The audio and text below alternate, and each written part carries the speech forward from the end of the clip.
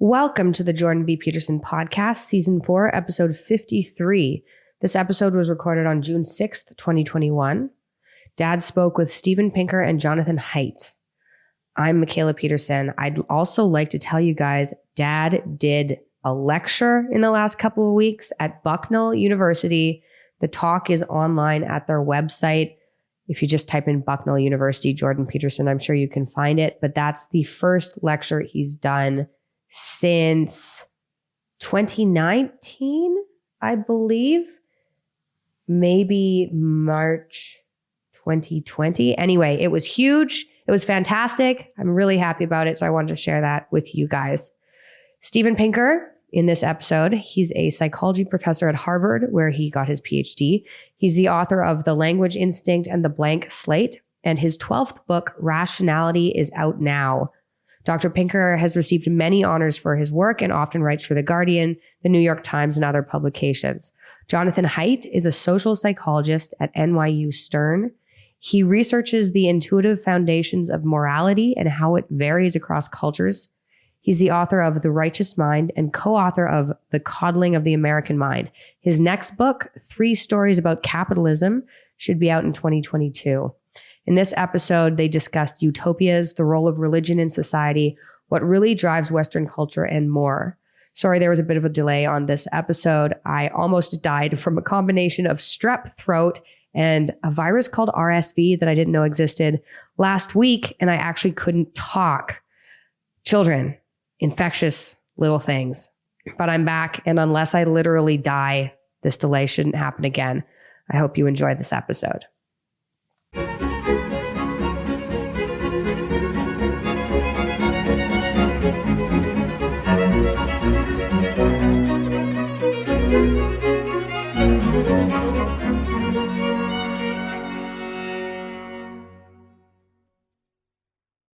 Hello, everyone. I'm very pleased today to have with me speaking Dr. Steven Pinker and Dr. Jonathan Haidt. Dr. Pinker is an experimental psychologist who conducts research in visual cognition, psycholinguistics, and social relations. He grew up in Montreal and earned his BA from McGill and his PhD from Harvard. Currently, Johnstone Professor of Psychology at Harvard, he has also taught at Stanford and MIT. He's won numerous prizes for his research, his teaching, and his books, including The Language Instinct, How the Mind Works, The Blank Slate, The Better Angels of Our Nature, The Sense of Style, and Enlightenment Now. He's an elected member of the National Academy of Sciences, a two-time Pulitzer Prize finalist, a Humanist of the Year, a recipient of 9 honorary doctorates, and one of Foreign Policy's World Top 100 Public Intellectuals, and Time's 100 Most Influential People in the World Today. He writes frequently for the New York Times, The Guardian, and other publications. He's publishing his 12th book, September 28th, 2021, this year, September 28th. It's called Rationality, What It Is, Why It Seems Scarce, and Why It Matters. Dr. Jonathan Haidt is a social psychologist at NYU's Stern School of Business. His research examines the intuitive foundations of morality and how morality varies across cultures, including the cultures of American progressive, conservatives, and libertarians. Haidt wrote The Happiness Hypothesis, Finding Modern Truth in Ancient Wisdom, The Righteous Mind, Why Good People Are Divided by Politics and Religion, and The Coddling of the American Mind, How Good Intentions and Bad Ideas Are Setting Up a Generation for Failure. He co-authored that with Greg Lukianoff. The last 2 books each became NY Times bestsellers. At NYU Stern, he's applying his research on moral psychology to business ethics, asking how companies can structure and run themselves in ways that will be resistant to ethical failures. He's also the co-founder of heteroxacademy.org, a collaboration among 2,500 professors working to increase viewpoint diversity and freedom of inquiry in universities. He has a forthcoming book, 3 Stories About Capitalism, The Moral Psychology of Economic Life, expected to release in 2022. Thanks, gentlemen, very much for agreeing to talk to me and to each other today. Looking forward to a wide-ranging and intense conversation. So Jonathan, we haven't talked for about 2 years, I guess. That's right. I've always been a great fan of your research, especially research on disgust and other moral sentiments. I'm kind of wondering what you've been up to recently. So maybe you can start us off. Sure. So after I moved to Stern in 2011, I'd been at the University of Virginia. I got interested in how moral psychology doesn't just explain why our politics is so messed up. It also explains a lot of conflicts about economics and business. And so I saw left and right unable to understand each other's views of business and capitalism. And I thought I'd write a book on it. And I got a book contract in 2014. And I went off to Asia to do research for the book. And I came back and I was all ready to write when the universities blew up at Halloween 2015. And I had just co-founded Heterodox Academy. And then I got hijacked into a lot of, the Coddling the American Mind stuff. And that basically occupied me for 3 or 4 years. The capitalism book was due in 2017, and finally I have a sabbatical. I've got to write it. If I don't write it now, I don't know when I ever will. But it's basically about how to think about economics in a way that gets you out of the moralism. Maybe a theme that I'll explore today is how moralism messes everything up, at least about trying to figure out what's going on or trying to do research. What do you mean by moralism? Moralism is if you look at things in a framework not of true versus false, but of right versus wrong, bad versus good. Once you put on that frame, Tyler Cowen has a quote somewhere in a TED Talk. He says, we think in stories, but as soon as you put a good-evil story, as soon as you interpret things in terms of a good-evil story, your IQ drops by 10 to 15 points.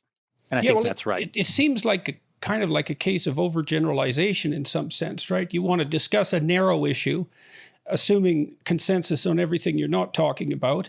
And then if you transfer that into, let's say, a mutual elaboration of both your characters on the scale of good and evil, all it does is make things exceedingly complex. That never works in a marital argument, for example.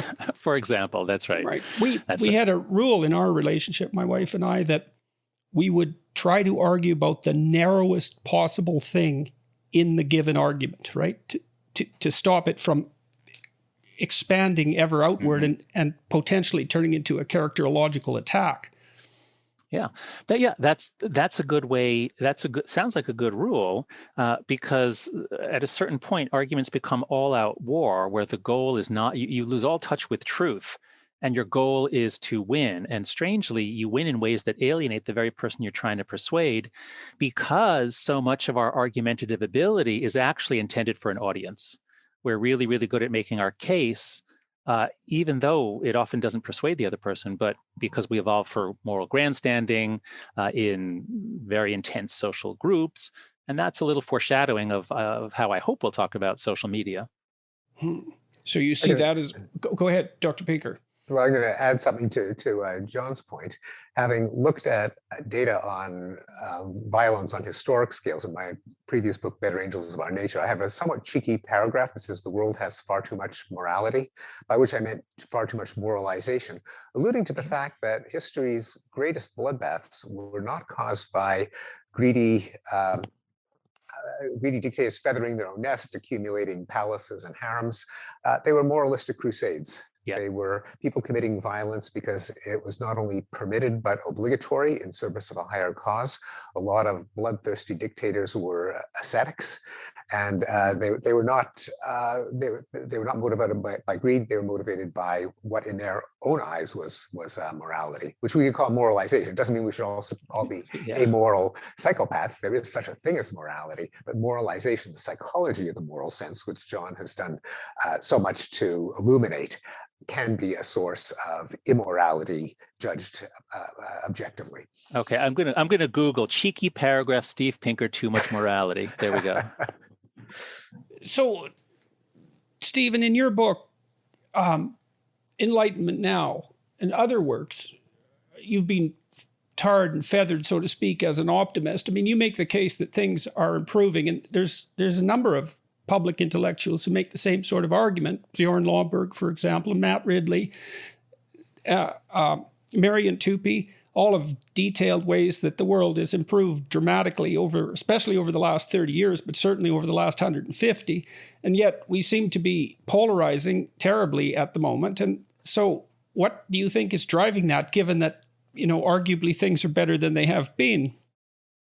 Yeah, I tend to try to squirm out of the optimist pigeonhole, because I'm not arguing for looking on the bright side and seeing the glass is half full, but rather just basing your understanding of the world on data rather than journalism. The problem with journalism being that it is a highly non-random sample of the worst things that have happened in any given period.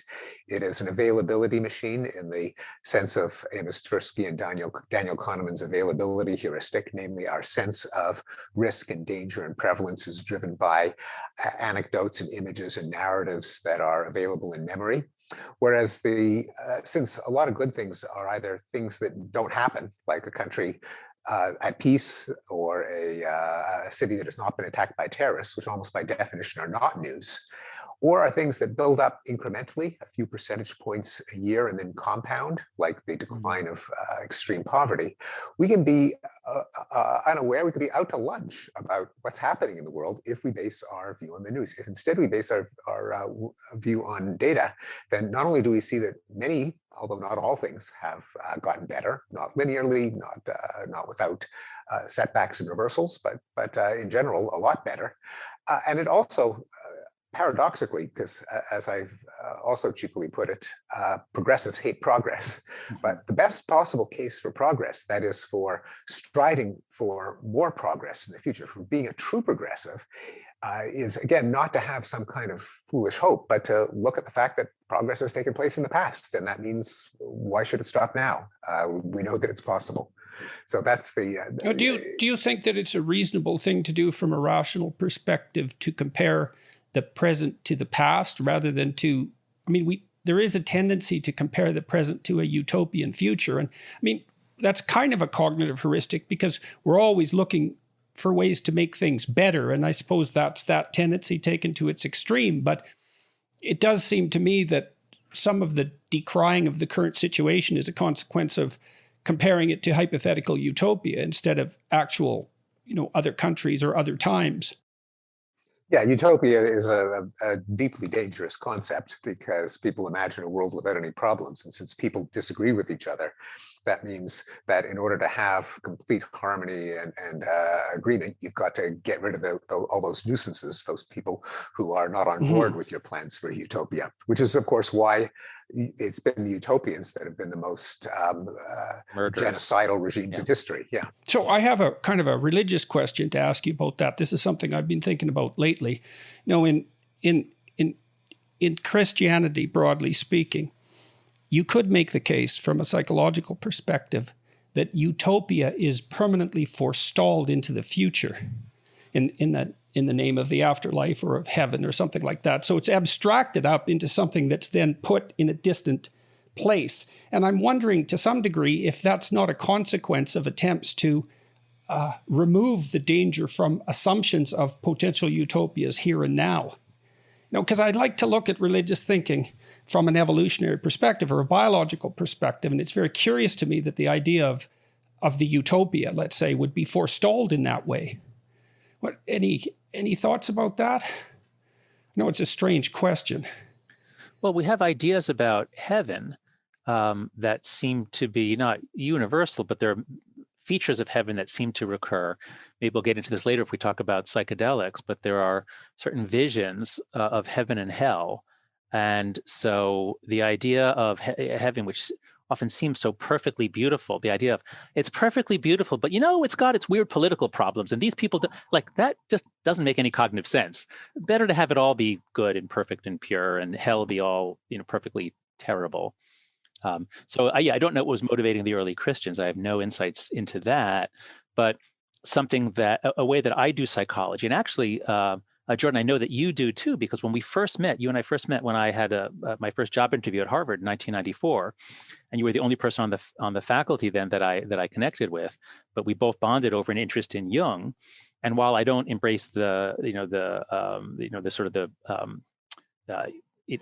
some of the more fanciful elements of Jung, but the idea of archetypes, the idea that there are images that occur to people around the world because they come out of our evolutionary past. Something about our minds readily imagines them because of something was adaptive long ago.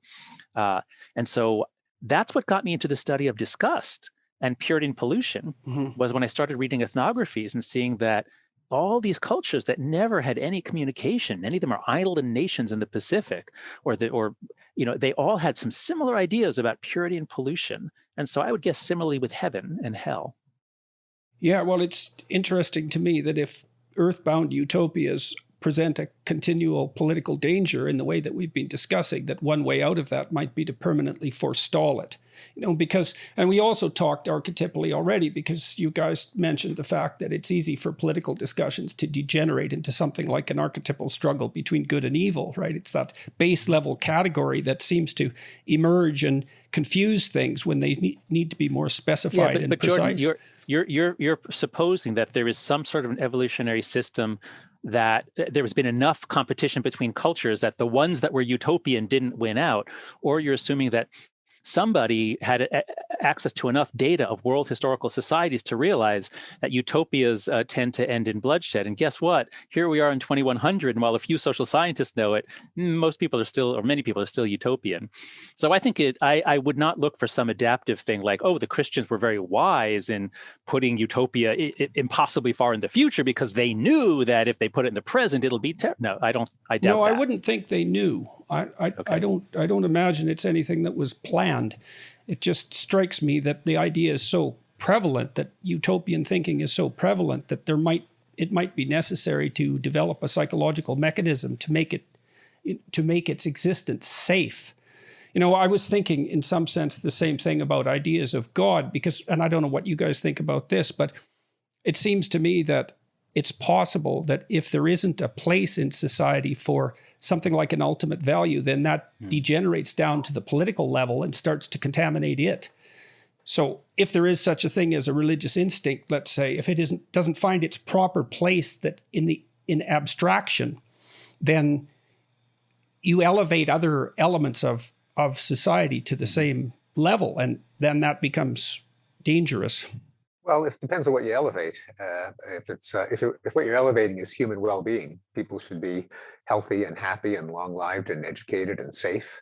That doesn't seem like such a bad moral value to elevate, and it's certainly better than some arbitrary stipulation from some scripture or creed that you can't justify to people who don't believe it antecedently.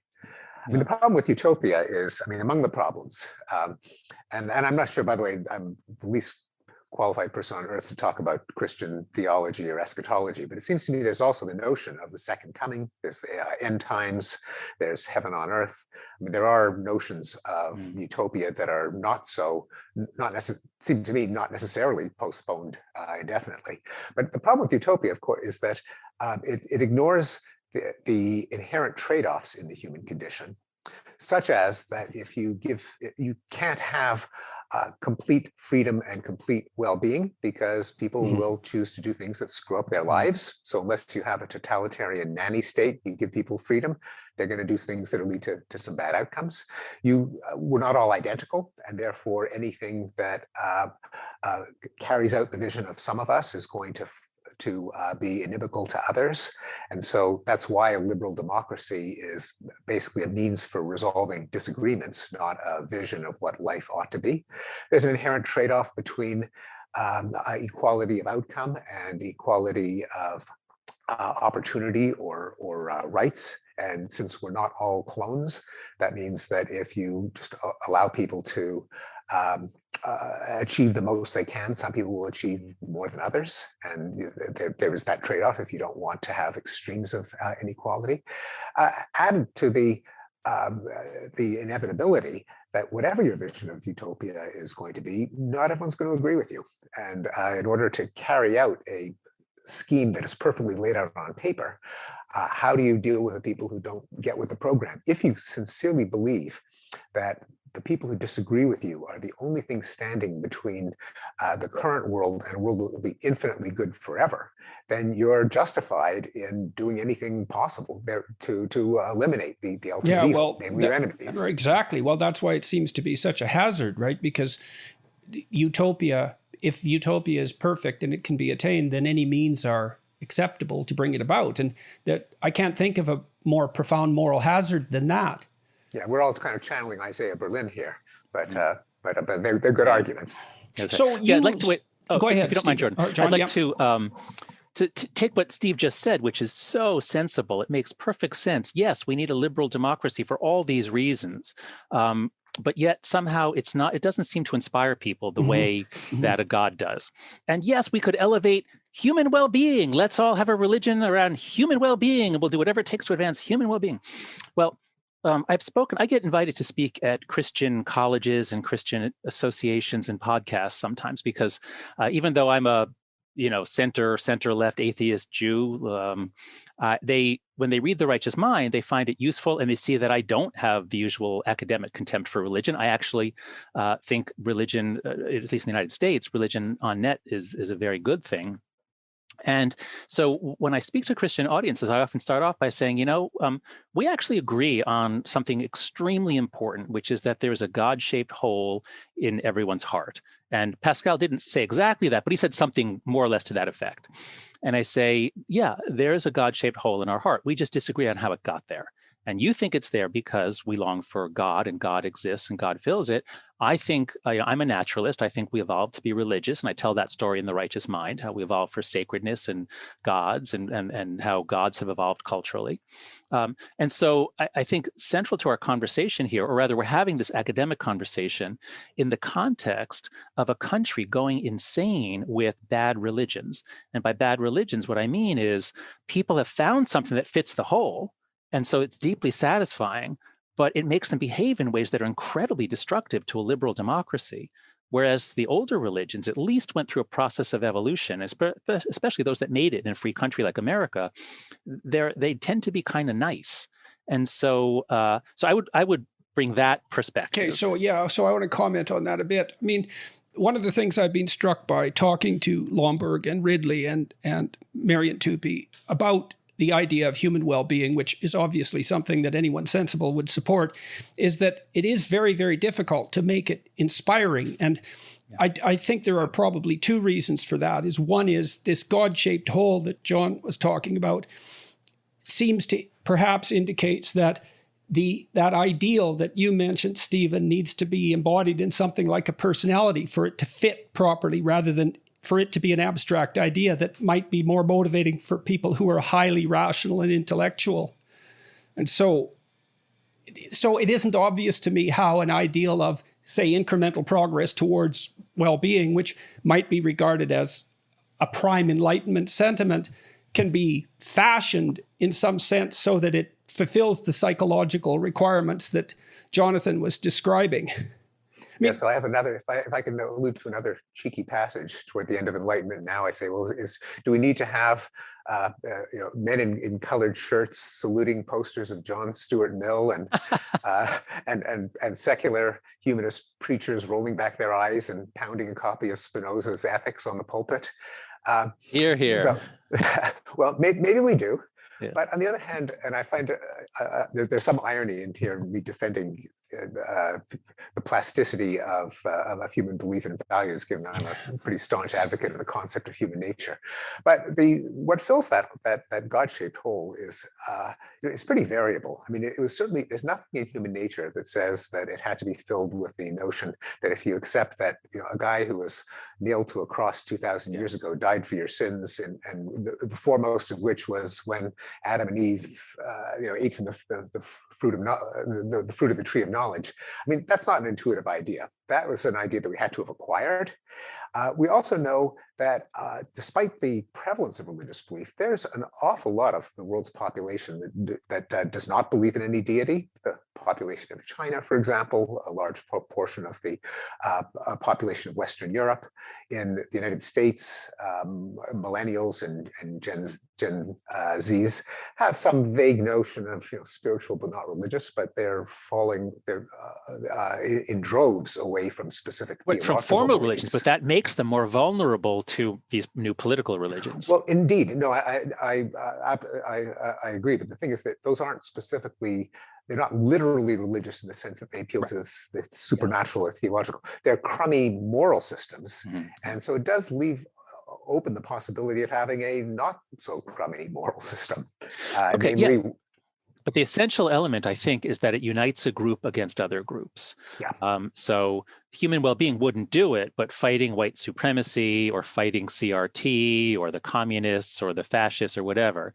So I think you can't just put anything in there. I'm a Durkheimian, and so I think a good religion, anything that's going to fit in the whole, and by good, I don't mean good for society, I just mean something that'll make a good fit, is going to have to be one that has a group bonding function for us to come together to fight something else. So let me ask you about that. So you just made the case, I think, and correct me if I'm wrong, or we seem to agree on the case that because of this absence of a higher value, whatever it happens to be, that's fallen down into the political domain, and then the quasi-religious impulses that are infiltrating the political domain tend to pit one side against another. So you get a good versus evil narrative emerge. But the problem with the good versus evil narrative is that the evil is embodied in some other group and the good is embodied in your group. So one of the things I've been thinking through is that, in sophisticated literature, you don't have good guys and bad guys.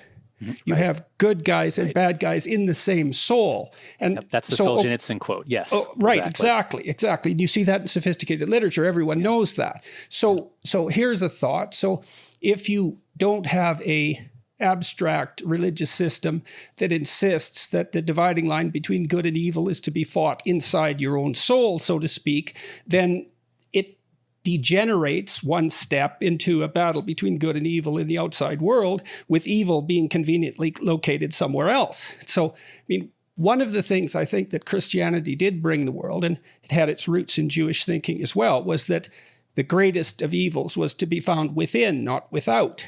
And maybe that's one way of protecting society from this schismatic tendency that we see reemerging. Let me give you an example, okay? Yeah. I'll just go through this very quickly. So, in the book of Genesis, in the story of Adam and Eve, you have evil located as a snake, right? So it's a predator. It's the predator in the garden, and predatory snakes were hell on primates. So there's plenty of evolutionary reason for that. But then you can imagine, so there's an insistence in Judeo-Christian thinking that the snake in the garden is Satan, which is a very odd idea. I tried to think that through. I thought, okay, snake as predator, other person as predator, group as predator, soul, inside your soul as predator. It's increasing psychologization of the idea of predator because, when we were animals, like other animals, we were preyed upon by straightforward predators and then by other people and then by other individuals. But then we figured out that battle was within. And if it isn't occurring within, then is it necessary that it is transferred to something that's occurring without? I really like your point about how believing in original sin or that the battle is within makes you less susceptible to a simplistic we're good, they're evil narrative. I like that a lot. I'm a big fan of Amanda Ripley, who wrote this amazing essay called Complicating the Narrative.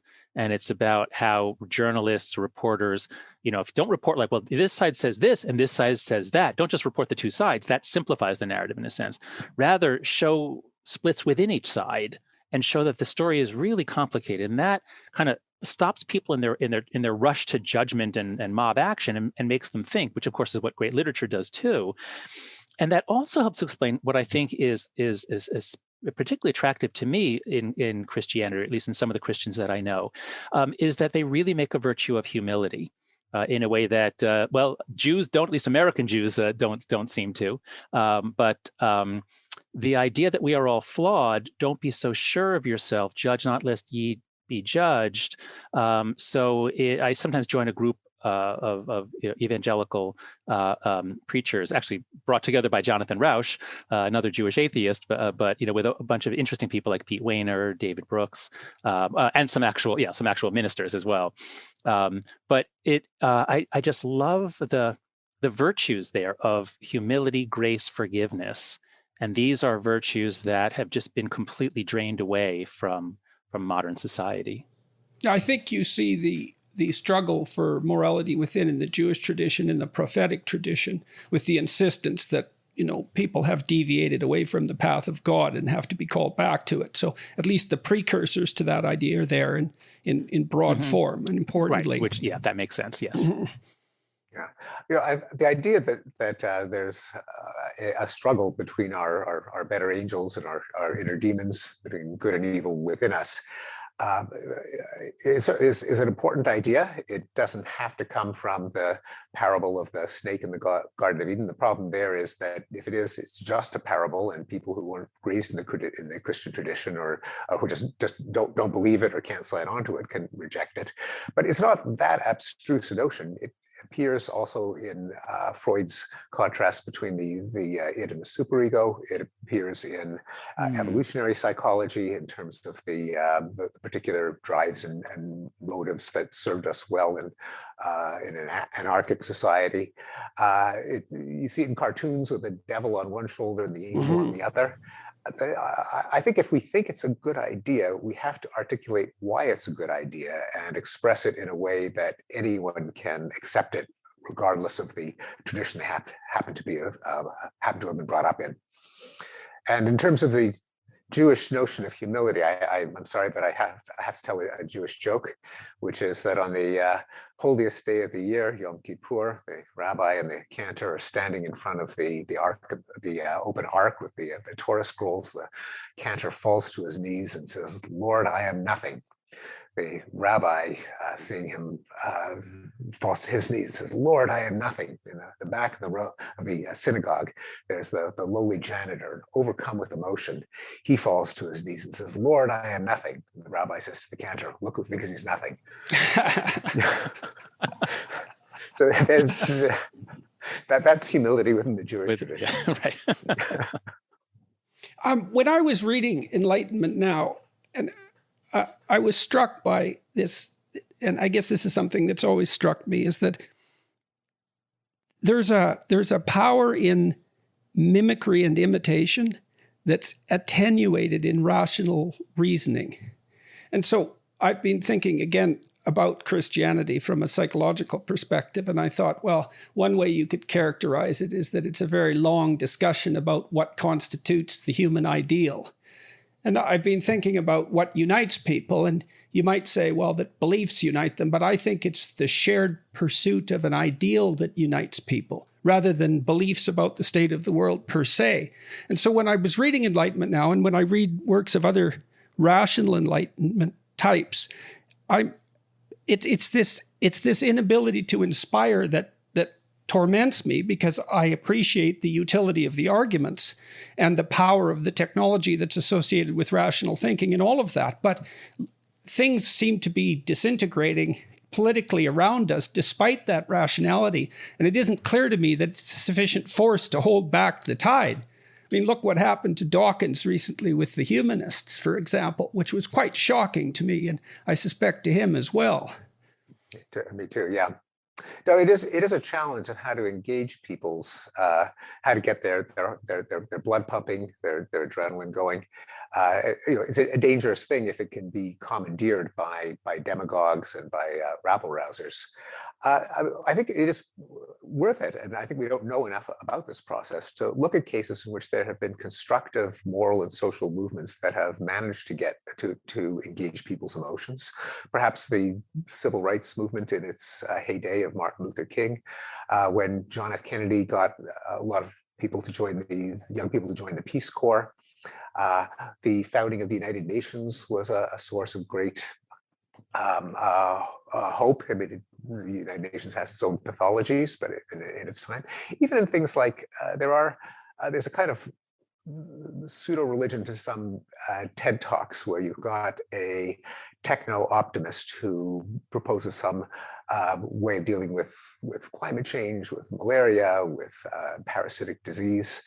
And in the room, you can feel that kind of elevation, that awe. I think we have to work toward not just engaging any old fervor, but to figure out how we marry that fervor to the causes that generally deserve it. Okay, Yeah, I'm well, going to play the skeptic. I'm going to play the skeptic here, because my new theme that I'm thinking through is unmoralize everything. That moralism, moral judgment, as I said, it's just it makes it difficult to find the truth. And so constructive moral and social movements. Well, we're all supposed to think, well, social movements are great.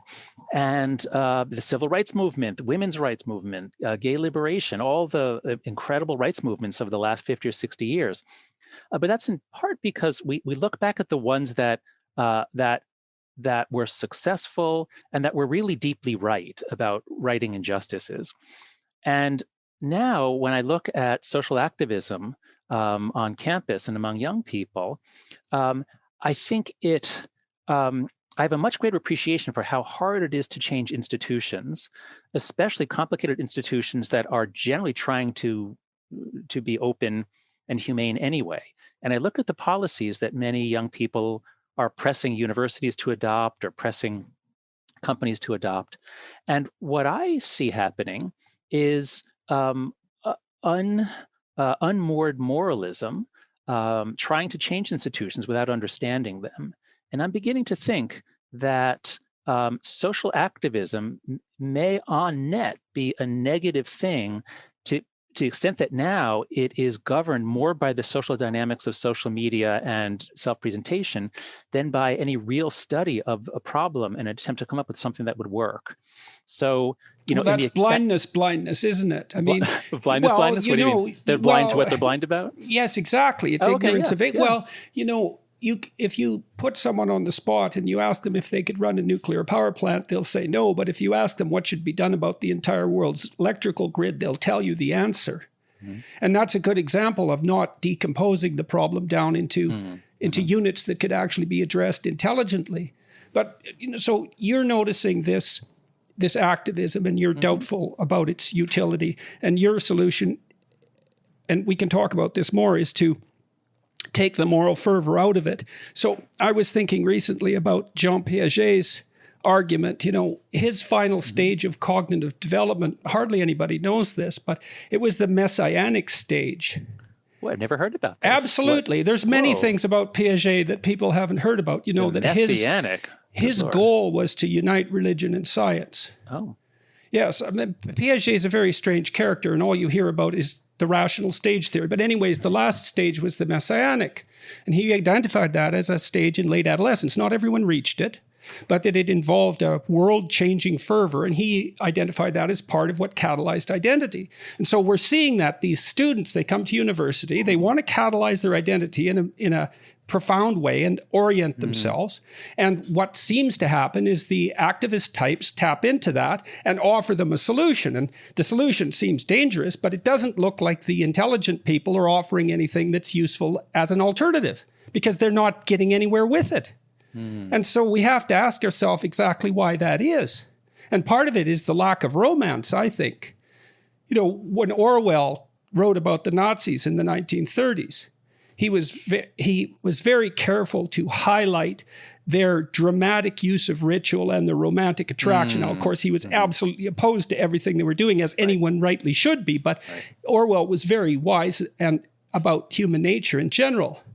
And there's a drama in what's being offered to adolescents that the rational approach doesn't seem to engender. And I don't know how to solve that problem. I think it's a terrible problem.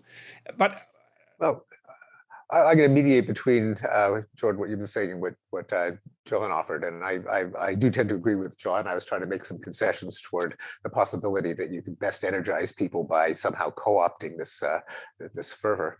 But I think it's probably an open question: how much can you engage people without the trappings of religion or pseudo-religion? Can you engender a problem-solving mindset as opposed to a struggle mindset? That's right. And before we write people off and saying, no, they can't, no one likes solving problems, it's too boring, it doesn't get the heart pounding, they've got to wear colored shirts, they've got to salute something, they've got to bow down. We have, we did eliminate smallpox. We've drastically reduced the amount of warfare, partly because of John and Yoko and Peter, Paul and Mary, but also because of much more practical treaties and organizations. We've drastically reduced extreme poverty, not because of the teachings of the Hebrew prophets or Jesus, but because of China and Indonesia and India adopting capitalism to tie into the theme of John's impending book. So there is a tendency, there's a vulnerability in people to want to belong to transcendent movements involving some kind of conflict. On the other hand, we haven't done so bad at combating disease and poverty and war with a more technocratic problem-solving mindset. So maybe Jonathan's right that we ought to just minimize these dangerous passions and treat more things as problems to be solved. Well, my concern, I agree with your description of what came before, but my concern is that the universe is different after 2012 than it was before 2009, that the fundamental nature of society was rewired by everyone going on to social media, especially Facebook and Twitter, but all the other platforms as well. And so whatever was possible, whatever the arrangements were before, some of that is still valid today, but a lot of it isn't. And we often don't know what parts. And so whether you're talking about how we mobilize to solve problems. So just to take one example, activist movements generally had adults in them. They had adults, and then young people would come into them as well. And there were multiple generations of knowledge about how things work and how they want to change. But now that everyone is connected to everyone, and if things go at many times the speed, I think you can have a groundswell for a reform of a system that gets pushed through within days or weeks, just by people with very little input from adults. And that's why I think we see over and over again demands, just speaking from the area I know best on campus, demands at dozens and hundreds of schools year after year for things that make race relations and inclusion and diversity worse. So I'm just concerned, and this is just one little example, but in so many ways, I think the 2010s were weird because life after 2012 is just fundamentally different from life before 2009. Well, do you think? Go ahead, Stephen. Yeah, although I mean, I see that happening, and there has been a change toward intolerance and struggle as opposed to problem solving in the last few years. On the other hand, the demands are being accepted by baby boomers, by the deans and the provosts. And if you rewind the tape back to when we were college students, there was an awful lot of inanity and extremism and repression of speech. E.O. Wilson and Dick Herrnstein and Tom Bouchard and many others were canceled. There were posters. I have one from 1984, a talk for E.O. Wilson, Bring Noisemakers. And now the student activists of when we were students are now the deans and the provosts who are happily ratifying these extreme demands. At the same time, and we all know this from our students, this is not a uniformly woke generation. There are an awful lot of students who are intimidated into silence, and they think, gee, I must be the only sane person. Everyone else is crazy. And an awful lot of people are all thinking that. So I do agree that there is a problem of just mature judgment, but it isn't completely a cohort effect. A lot of inanity in our generation. But that's my point, is that it's not a cohort effect. It's a change in dynamics. So it used to be that there would be some activists, but other people could still have a conversation, or they could still have they could still play a role.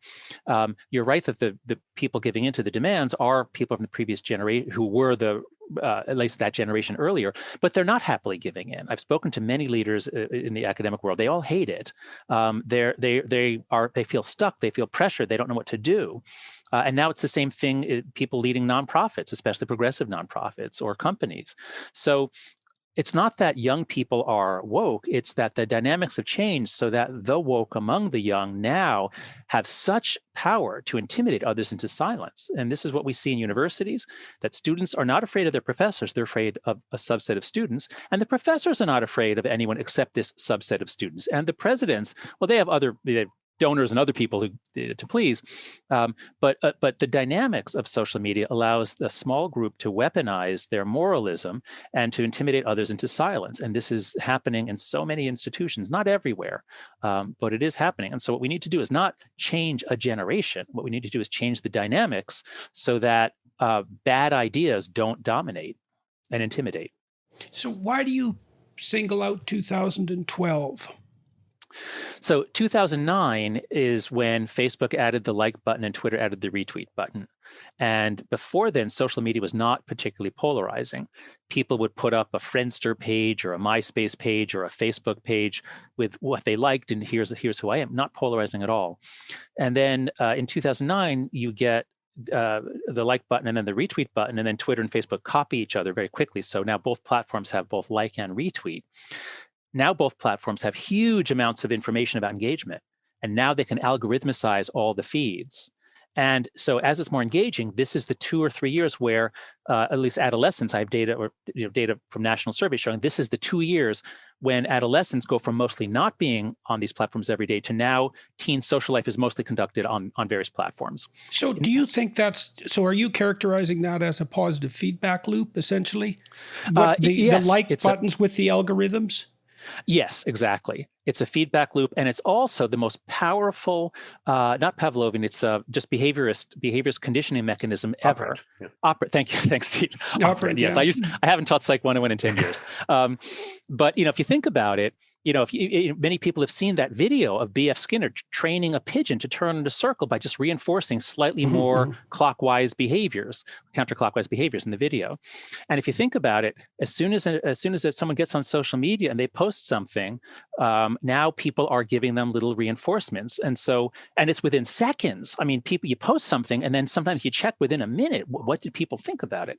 And so we have, so this is why, these are ideas that I developed with Tobias Rose Stockwell. We had an article in The Atlantic on why why democracy is going haywire, or something like that. Well, the positive feedback loop idea is really interesting too, because a lot of psychopathologies are positive feedback loops. So if you get depressed and you start isolating yourself because you're depressed, you get more depressed. If you drink alcohol and go into withdrawal and then drink to cure that, you become alcoholic. If you are agoraphobic and you avoid, you get more afraid. Like a lot of psychopathological processes are positive feedback loops. And so the combination of the algorithm with the we don't know what these technologies are doing to us. We don't have a clue. We have no sense whatsoever. Well, we have some clues, and it's pretty much all bad. So yes, we get that feedback loop that now you can have the echo chambers and bubbles. If you're prone to extremist politics on either side, because based on what you like or what YouTube videos you watch, that sucks you down into more extreme ones and into a community. So the algorithms are doing two things. They're picking our friends because they say you should meet this person because people meet him. So the algorithms are making our friends different from what they used to be. And the algorithms are making what we watch and consume different. And in some ways that's good because it's things that we enjoy. But one of the problems for a liberal democracy, as the founding fathers knew, is factionalism.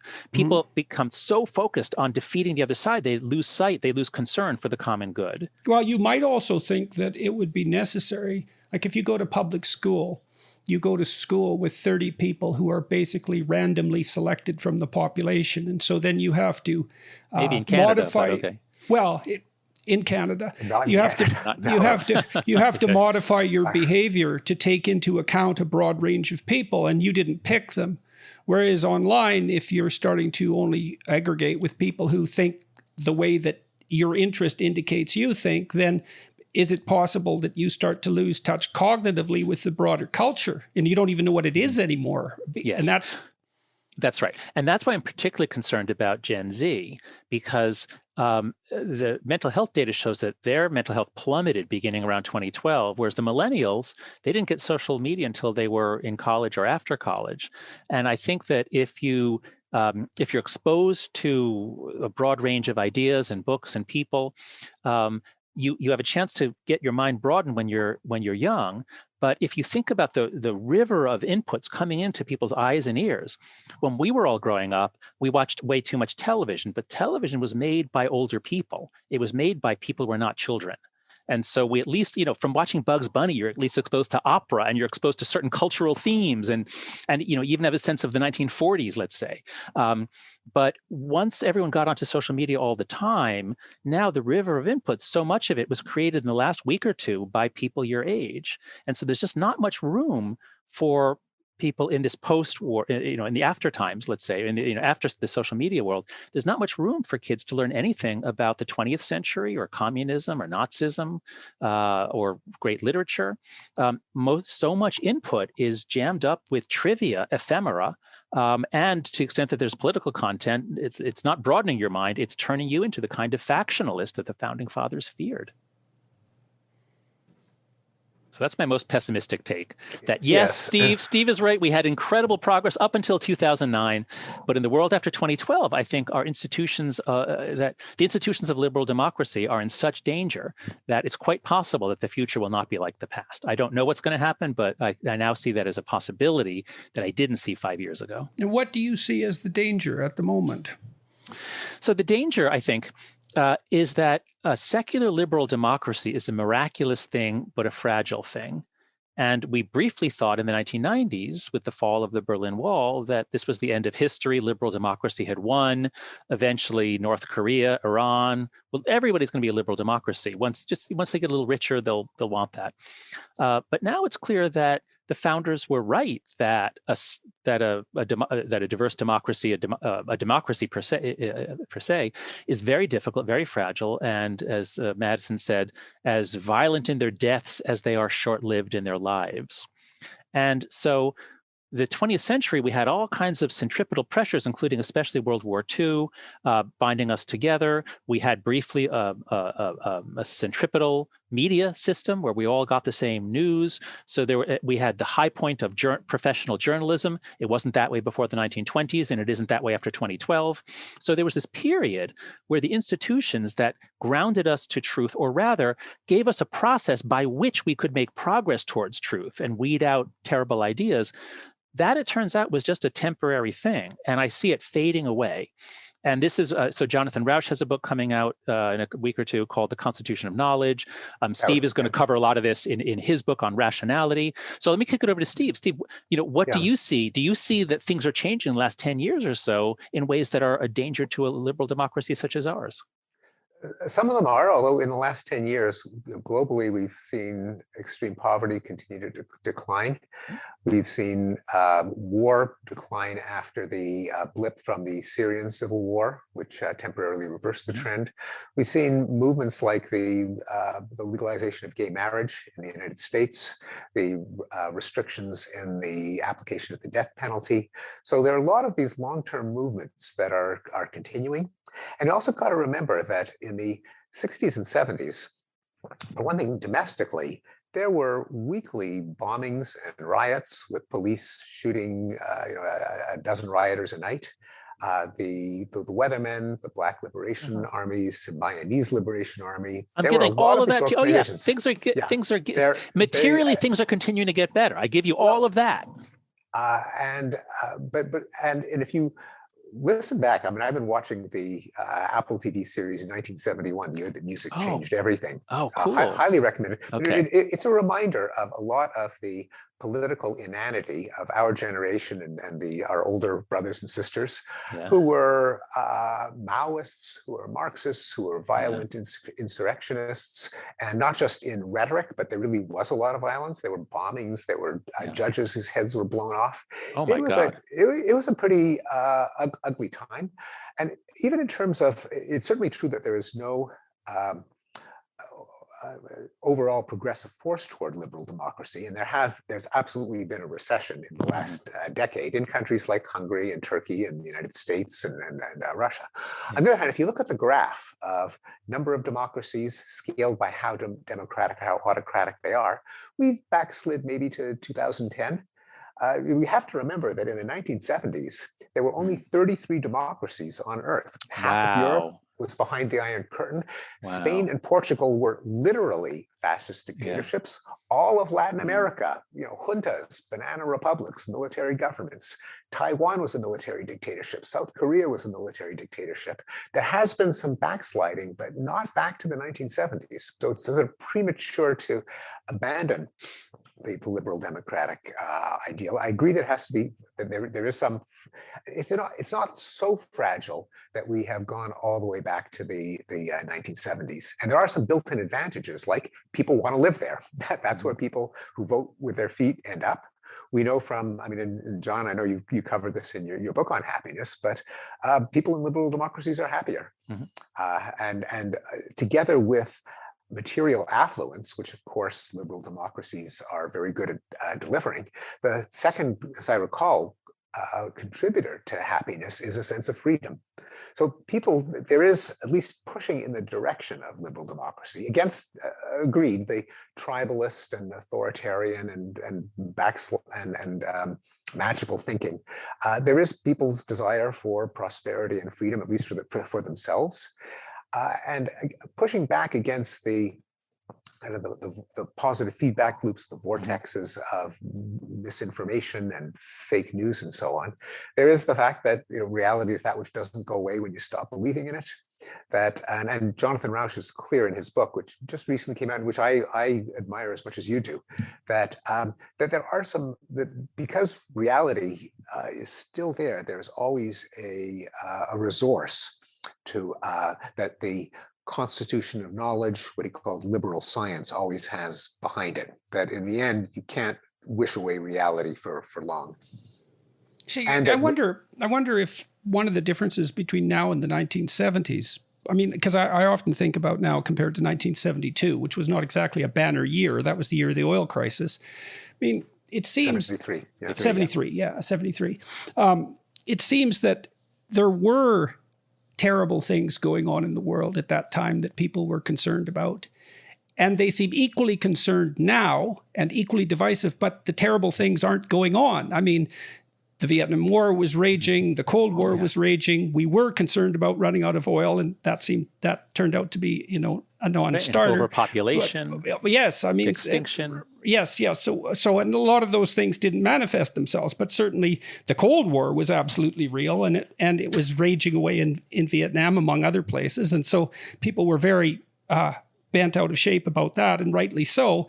And now there seems to be an equal amount of being bent out of shape, but the contributing factors seem even far less obvious than they were in the 1970s. And so that seems to be the mediating factor between the position you've staked out in this discussion, Stephen, and the one that you're describing, Jonathan, is that, it's not worse than it was in the 70s, except there's no reason for it now. Yeah. No, I totally accept Steve's points about progress and about how there are many people, particularly as he says, progressives who don't want to acknowledge that there's been progress. I don't deny any of that. I feel like we're just in the first stages of this new way of living, in which we won't be able to find truth. The processes that let us find truth have decayed in ways that might make the future different from the past. And so if you look at what is happening in journalism, and many people now, not just people on the right, but centrists and others are saying the New York Times is just not as reliable as it used to be, since it's committed itself. I heard a discussion. I think Andrew Sullivan said something like there was a memo went around that we need to make race part of every story. So if the New York Times has this dual telos, all the truth that's fit to print, or is it all the truth that fits our narrative we print? I mean, those are not the same. That's incoherence, and that's basically what's happened in some of the social sciences as well. And so you have to either have the whole institution committed to this really, really difficult thing, which is advancing towards truth, disposing of falsehoods, using only imperfect, flawed, motivated individuals as the units, and creating a process that nonetheless gets you closer to truth. And we've done it in universities, we've done it in juries, in the court system, the legal system, and we've done it in high quality journalism. And now we need that truth, but we also need the truth that unites us, right? I mean, what's the truth that unites us? Well, I'm trying to make sense of all the arguments that you're putting forward. I mean, one of the things that's happening, you pointed out, is that we're factionalizing. And each faction has its own representation of reality. Right. And back in the heyday of journalism, and it wasn't just journalism, because there was all sorts of central institutions that people trusted fundamentally. Right. And so those institutions were oriented towards the truth in principle, but they also united people. And so now you could say that one of the consequences of this remarkable technology that's put us all online is that, and this is part of what's undermining journalism, and that is everything has fragmented into 1,000 narratives or 10,000 narratives, and they all find their own community. And so it seems that the problem of truth has two elements then. What's the truth, and how is it that we share that across ourselves so that we can be united as a country or a state or whatever level of community you choose? Okay, I would just be wary of saying the truth that unites us as if we all need to believe one truth. I would rather say, if there is a possibility of finding truth, then at least we can have our disagreements within some realm of sanity where we might actually resolve problems or fix problems or make these massive advances on social problems. Once the ability to find any kind of truth goes away, then it's not that we're not, we can't unite around something. So, if you think about when 9/11 happened, within a week, we pretty much, there was common agreement about what had happened. Planes were sent by al-Qaeda whenever we figured that out. And there were conspiracy theories that it was an inside job by Israelis, but those were fringe freak theories. Nobody really believed them. America came together and supported a response. Now, of course, George W. Bush abused that and took us into Iraq on false premises. We came apart. But if 9/11 were to happen tomorrow, do you think that we would have a shared understanding of what happened? I don't. And in fact, it kind of did. We had the pandemic a year and a half ago, and it could have been a way to bring us together to solve this massive problem that we all faced. But in America, at least, we quickly split into crazy factions. Yeah, well, I should say, crazy conspiracy theories on the right. The left wasn't conspiracy theories, but the left was the woke problem, where certain things, certain things couldn't be said, and and especially the one of the worst things that the institutions that are tasked with creating knowledge. One of the worst things they did was they said, no, you can't get together at church. No, you can't get together at a Trump rally. Oh, but Black Lives Matter protests? Yes, go ahead. And so so the right was already so skeptical. And once the epidemiological community did that as a community, they put out a statement, boom, no more trust in the establishment. And that has killed a lot of people, because if not for that, there would be a lot less skepticism about vaccines. I completely agree with John, and that's one of my favorite examples. The other one, of course, being that that if you discuss the possibility that SARS-CoV-2 originated from a lab leak in Wuhan, that shows that you're a racist. You're a racist, right? Right. And so that was censored and inhibited until it just burst out about a month ago. But completely agreeing with John that our institutions for finding the truth constantly need defense. They go against a lot of features of human nature. And then I just want to caution against thinking that it was that much better in the past. I mean, one of my favorite quotes is that the best explanation for the good old days is a bad memory. And this includes, by the way, the New York Times. And there is a sort of subversive book by Ashley Rinsberg, came out a couple of weeks ago, called The Gray Lady Winked, going over the history of the New York Times coverage of world events, which forget all the news that's fit to print. They downplayed the Holodomor, the terror famine in Ukraine under Stalin. Their Berlin chief during the 1930s was a Nazi who constantly apologized for the Nazi regime. The coverage of Fidel Castro in the 50s amplified the strength of the guerrilla movement. The weakness of the Ngo Dinh Diem regime in South Vietnam, leading to the CIA-inspired coup, may have been inflated by New York Times coverage. There's actually a history of activism. Thank you for that. I didn't know that. And here's another way of looking at it. Again, I don't want to be to take on the optimist role too thoroughly, because I agree with John. A lot has gone wrong in the last few years. Again, the constant vulnerability of the institutions of liberal democracy and truth-seeking. But where was I going with this? The best explanation is a bad memory. Yes, right. And the problem with an aphorism is that it makes you forget what the original point was. But it was a good aphorism. But it was a good aphorism. Well, we were talking about the New York Times and about the fact that it's never been what it was. And you walked through that. And and the fragment. fragment. Oh, yes, here's one. Okay, now here it was. Okay. Okay. And one, I don't want to say it's a note of hope, that is that it will inevitably get better, but rather it's pointing a way to what we ought to do if we want it to get better, which we may or may not succeed at, Right. which is that every new medium opens up a kind of a wild west of apocrypha, of a carnival of nonsense. This happened with the printing press, the printing press, and with the mass production of newspapers and pamphlets and radio. There was massive plagiarism. Newspapers in the 19th century reported the discoveries of sea monsters and miracles and revivals of the dead and all kinds of nonsense. And it took a while for it to settle into norms that would allow people got fed up with the nonsense. They did gravitate to the more reliable sources, but it took a while for those norms and fact-checking mechanisms to be implemented. And online, we have seen the social media companies belatedly try to keep people out of those positive feedback loops, those rabbit holes.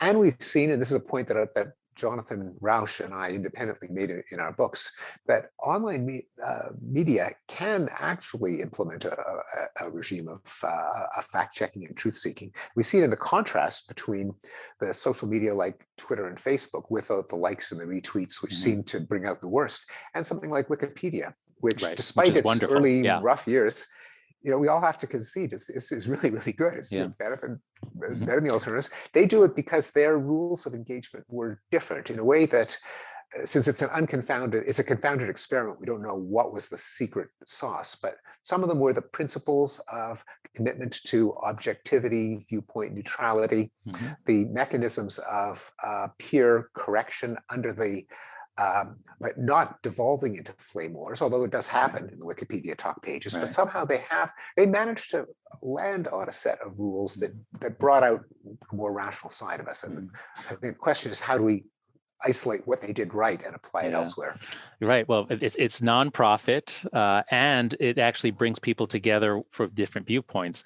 There's an article that came out 2 or 3 years ago showing that articles about politics and social science that had a political diversity in the authors were rated as higher quality than those that had less. So viewpoint diversity is rewarded. That's right. It's one of the essential features for a species that is so committed to confirmation bias and to finding whatever supports my side or what I've said publicly. So yes, Wikipedia hit on it found a way to harness viewpoint diversity to create a better product. And so yes, I think we should put John Stuart Mill up on a pedestal, and we should bow down to him, and we should have a new religion. We'll call it Millionism or millenarianism, or no, I don't know what, but something. So I guess I wonder if those modifying technologies will be able to emerge in the new environment, because things change so fast. I don't know if we can evolve corrective mechanisms faster than we evolve new disruptive mechanisms. Yeah. So we have no idea what to do with Twitter, for example, and no idea what effect it has. We don't have any idea, I don't think, what it does to people's communication when you truncate it to 280 characters. Like, does that increase the probability of manifesting anger, for example? Has anybody studied that? Oh, yes. There's a lot of research on that. I mean, bad is stronger than good as a general principle. There's a wonderful book by Roy Baumeister and John Tierney. And so bad spreads more than good. And especially if you strip away context and intent and everything else, you're just asking for trouble. And so Twitter is probably the worst form of communication ever devised if the goal is to actually have conversations. Now, it's great for certain things. It's great for finding things to read. But to call Twitter a communication platform or a public square, anything like that, while it serves that function, it serves it about as badly as could be. So I'm sure what I sometimes say when I'm asked about the future here is I say, I believe Steve Pinker is right that in 50 or 100 years, things will be better. 5 or 10, probably worse, or at least may well be worse. But yeah, in the long run, we're likely to figure this out. As you guys know, if you've been listening to this podcast, Dad and I have received NAD infusions in the past and have seen pretty major results in our mood and energy levels. The main drawback for that is for every treatment, you spend about 8 hours hooked up to an IV. It kind of feels like you're attached to a battery. It's not very pleasant, but the effects were very interesting. I kind of felt like my whole body was buzzing. If you want the benefits of NAD without the time investment and the feeling like you're being attached to a battery, a great alternative is the supplement Basis made by Elysium. Elysium's unlike any other health company I've seen. They're at the forefront of NAD supplementation. They have dozens of the world's best scientists working with them, 8 of which are Nobel Prize winners. It was founded by MIT research Dr. Leonard Guarente, who's studied the science of aging for over 30 years. They don't just make Basis, of course. They have other great supplements like Matter, which I've mentioned a bit. It uses an innovative B vitamin complex to help prevent age-related brain shrinkage as we get older. NAD is in every single cell of our bodies. It's responsible for generating energy and helps regulate hundreds of cell functions. But the body doesn't have an endless supply of NAD, and levels go down as you age. Basis restores early levels of NAD by activating what scientists call sirtuins, aka longevity genes, which promote healthy aging and help you feel good for longer. Many of the benefits of increased NAD are things you won't feel, like enhanced mitochondrial function, active longevity genes, and healthy DNA. But many Basis customers also report higher energy, less fatigue, more satisfying workouts. It's easy. You just take 2 capsules a day to promote healthy aging. Listeners can get 1 month free on a subscription to Basis. That's the equivalent of $45 off by visiting trybasis.com/Jordan and using the code JBPBasis. That's trybasis.com/Jordan. Promo code JBPBasis for 1 month free. It's a great deal on a groundbreaking supplement. This episode is brought to you in part by Lucy Nicotine. We're adults here, and some of us use nicotine to relax, focus, or just unwind after a long day. You may be trying to feel better about the way you consume nicotine. Smoking, in my opinion, is kind of disgusting, but vaping, maybe? I don't know. Some of the benefits of nicotine I find kind of interesting if you're trying to focus or read. Maybe you have a friend or a family member who's been trying to switch over from cigarettes for a while. If you're looking for an alternative that's cleaner for you and for the people around you, Lucy Nicotine's new slim nicotine pouches are where it's at. Lucy's lab uses cutting-edge technology to synthesize pure nicotine, which means you get the same satisfaction without any of the actual tobacco or rat poison. Lucy slim pouches also come with coconut oil and a gum base. Gives them a soft, fluffy texture with an amazing flavor that doesn't dry out your mouth. They come in 3 flavors: spearmint, mango, and cool cider. 3 strengths, 4, 8, and 12 milligrams. Don't compromise when choosing your nicotine products. Go with the newest tobacco-free options from Lucy. If you're going to use nicotine, use it properly. Jordan Peterson listeners can go to lucy.co and use promo code Peterson to get 20% off your order of Lucy Slim Pouches or any Lucy product. That's lucy.co, and be sure to use promo code Peterson at checkout. Obviously, warning, this product contains non-tobacco nicotine. Nicotine is an addictive chemical. Do your research. Hope you enjoy the rest of the episode. Okay, so we're going to say goodbye to Dr. Pinker at the moment. Thank you very much for agreeing to talk with us today. I appreciate that. And best of luck with your new book. Hopefully we'll talk to you again in the fall when it comes out. Very good to see you. Nice to see you, John. Nice to see you, Jordan. You too. Bye. So let's start by talking a little bit more about the righteous mind. Okay. And I'd like to know more about your conceptualization of religious instinct, religious impulse, something like that. It's like, how do you view that? And why is it that you've been asked to talk to gatherings of religious people, for example? Yeah. So the story that I tell in The Righteous Mind is that humans are products of multi-level selection, which means that for the most part, if you read Richard Dawkins, for the most part, it's selfish genes create their survival machines, animals or plants, and those survival machines compete with other survival machines. And that's what we all know, sort of textbook Darwinian evolution. But while I love Dawkins' writing, I love the selfish gene, he, for some reason, says that plants and animals are the vehicles that the selfish genes travel on, but groups are not. He just says groups can't be. He just rules that out, if I remember correctly. And for most species, that works great. But for bees, for example, it obviously doesn't work. For bees, it's obvious that the unit isn't the individual bee. It's the hive where the queen is the ovary. And the argument that I make in The Righteous Mind is that humans show signs of some group level selection. That is, we're primates. We're like chimpanzees and bonobos in a lot of ways. But we have this ability to lose ourselves in something larger, to become completely unselfish, to sacrifice for the group. That is unlike any other animal that is not genetically 50% or more shared genes with all the other animals in its group. And so drawing on research on early human origins, and especially the period around from like 1 million years ago to 200,000 years ago, it appears that we did live in groups that competed with other groups for territory over all sorts of things, and that often wiped out or killed other groups. And so I think there was some degree of group level selection.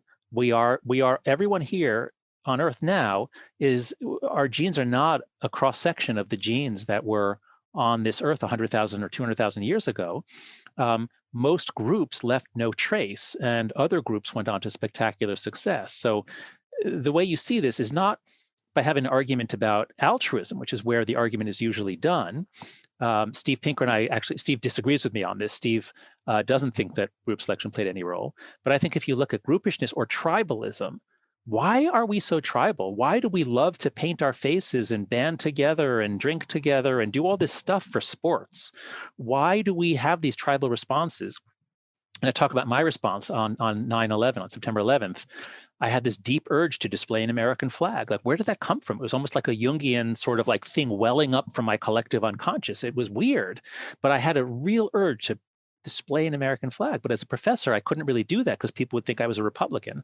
So it's the solution I came up with. Well, it's one way of marking yourself as not a terrorist. Not a terrorist is to what? Fly a flag. I mean, if you imagine that your group is attacked, the first thing that's relevant is who's with you and who isn't. And I mean, that was made public politically by Bush, right? If you're not with us, you're against us. And so that might be part of an atavistic attempt to say, look, guys, I'm definitely on your side. I'm not trying to put it down. Yeah. Well, okay. But but you're suggesting an individually adaptive reason for flying a flag, but you wouldn't need that if we didn't have the groupish tribal thing of let's kill people who aren't going along with us. So anyway, to bring this back to religion, my point is that we evolved in this dynamics of group versus group. And here I follow David Sloan Wilson, in saying, conflict within conflict at any level brings about cooperation at the next level down. And so we come together to compete, we cooperate intensely in order to compete with other groups. And that would be a hallmark of a long period of intergroup competition, which shaped which genes have come down to us today. So anyway, we didn't evolve for big gods. We didn't evolve for Yahweh and Allah. We evolved for little gods and sprites and the god of this river and this tree, and we evolved to worship our ancestors, and we evolved just this really intense spirituality that manifests in a magical world. We have all of these beliefs that don't track reality, but they do serve a Durkheimian function. That is, they do serve, I believe, not to help us understand the world, but to bond together with others so that we can survive in this world in conflict and competition with other groups. That's the Durkheimian story. And in The Righteous Mind, I was so pleased that I could integrate two of my heroes in the social sciences, which are Durkheim and Darwin. They actually fit together perfectly on the subject of multi-level selection and even on ideas of sacredness and groups coming together. So that's the approach I developed to religion. The Righteous Mind, I originally thought I'd write about politics, but the subtitle is Why Good People Are Divided by Politics and Religion, because they're largely the same thing psychologically. So that idea of the sacred, we might ask, what are the preconditions for being able to live peacefully with other people? And it seems to me that, if we're all law-abiding, for example, then we all embody the body of the law. And so what that means is that we're imitating something. We're all imitating the same thing. And that's what makes us the same. And that's why I commented earlier in our conversation that maybe what unites people isn't so much belief as the pursuit of something like a shared ideal. Yeah, and so, I'm a little, yeah. Well, okay, well, let me just develop that a little bit, because you talked about what was sacred. And it seems to me that there's an association between what's sacred and what inspires awe. Does that seem reasonable? Yes, absolutely, yes. Okay, do you think it's reasonable to presume that the instinct for awe is the same as the instinct for imitation, for mimicry? I don't think they're the same, no. I don't think they're the same at all. Okay, let's go into that a little bit. So I'll tell you why I think they're the same, and you tell me why you think they're not, if that's okay. Well, please, that'd be when people, well, let me give you an example. People can be possessed by a spirit at a football game. Yeah. And the teams are cooperating and competing in the way that you described. So there's a tribal element, but overall they're immersed in cooperation because they're all playing soccer. And then they're competing to hit a target fundamentally, which is the goal of most sports events, is to hit a target. Okay, so the teams organize themselves into hierarchies of talent, etc. Essentially, there's a star. Perhaps the star makes a phenomenal athletic gesture and hits the target. And the entire stadium stands up and spontaneously, right? And because they're observing something that inspires awe. And that awe-inspiring act is to hit the target. And they're all in that stadium celebrating the act of hitting the target. Now, I started to figure this out when I looked into the root of the word sin, because it's hamartia. It means to miss the target. Oh, wow. Yes. Yeah, wow is right. Wow is right. And so the opposite of that is to hit the target. Okay. Okay, so you see in a stadium with that spontaneous manifestation of awe, the possession of the entire stadium often. And it's almost entirely unconscious because they get up on their feet before they think. And it's an act of worship, essentially, for that prowess shown, for that demonstration of how to hit the mark. And that's part of the imitative spirit, I think. It's part of imitating what's competent and heroic. Okay, so I disagree with that analysis because I'm a Durkheimian. I just, what would Emil Durkheim say about that? Is it that people are so amazed at the skill with which that guy kicked a ball into a net? I don't think so. Sports events of the kind you describe, that never happens with soccer in the United States. For us, it's more football and sometimes basketball. But of the kind you describe, it's the pleasure, and anybody listening to this can probably think of times when they either sung in a choir or played in a band or played on a sports team, and you have that feeling of really becoming one. That is a I would say, a quasi-mystical or mystical experience. It's a sort of a loss of self emerging into something larger. Yes. That's my argument about this higher and lower level, the level of the sacred and the level of the profane. And Durkheim describes those are Durkheimian terms. He uses those terms. We can briefly enter the realm of the sacred. And if you're going to go see a football game, would you rather have an excellent view of the game alone in a room with an excellent screen, or maybe even just an excellent window? Or would you rather be part of the whole crowd that does the wave? I mean, think about the wave. No, I agree with you. People spontaneously figured out how they could become a superorganism. Yeah, so, no, I'm not disagreeing at all. And I do think there's a collective element of that worship that's exactly in keeping with what you're describing. And it does unite people. Yes. In the imitation of a spirit in exactly the same way that they're united in a concert or when they're playing in a band. I think those are all manifestations of the same thing. And so I'm not saying that it's only individual by any stretch of the imagination, because there'd be nothing that would unite. See, in the stadium, they're united around that. Right. Okay. So let's focus on imitation here. I guess the reason I disagreed with you is that imitation is such an important human ability for learning. The fact that we, and here I draw from Joe Henrich and others, their approach to cultural evolution, Joe's book, Why Humans Cooperate and The Weirdest People in the World. And for humans, the nature of the game is not who has the biggest, strongest, or the biggest teeth. It's who learns the most, who learns learns the best. And we have all this optimization for learning fast. And imitation is a big part of that. So we do imitation, but we do selective imitation, and we figure who should I imitate. So that would be a sort of a lower level, ubiquitous, crucial human ability that we have, has nothing to do with religion, nothing to do with awe.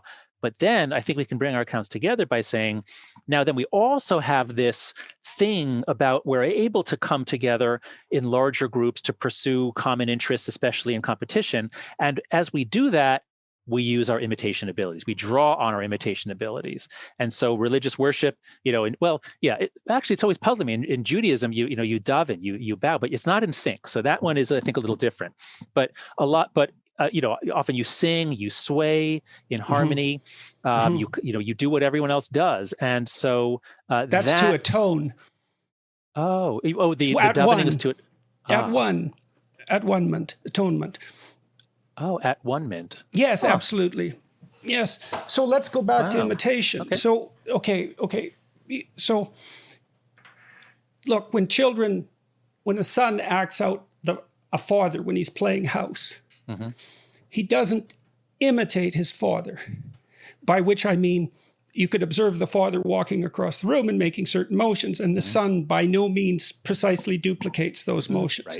Right. What the son does is observe the father across a wide variety of contexts, extract out the gist, and imitate the gist. Yeah.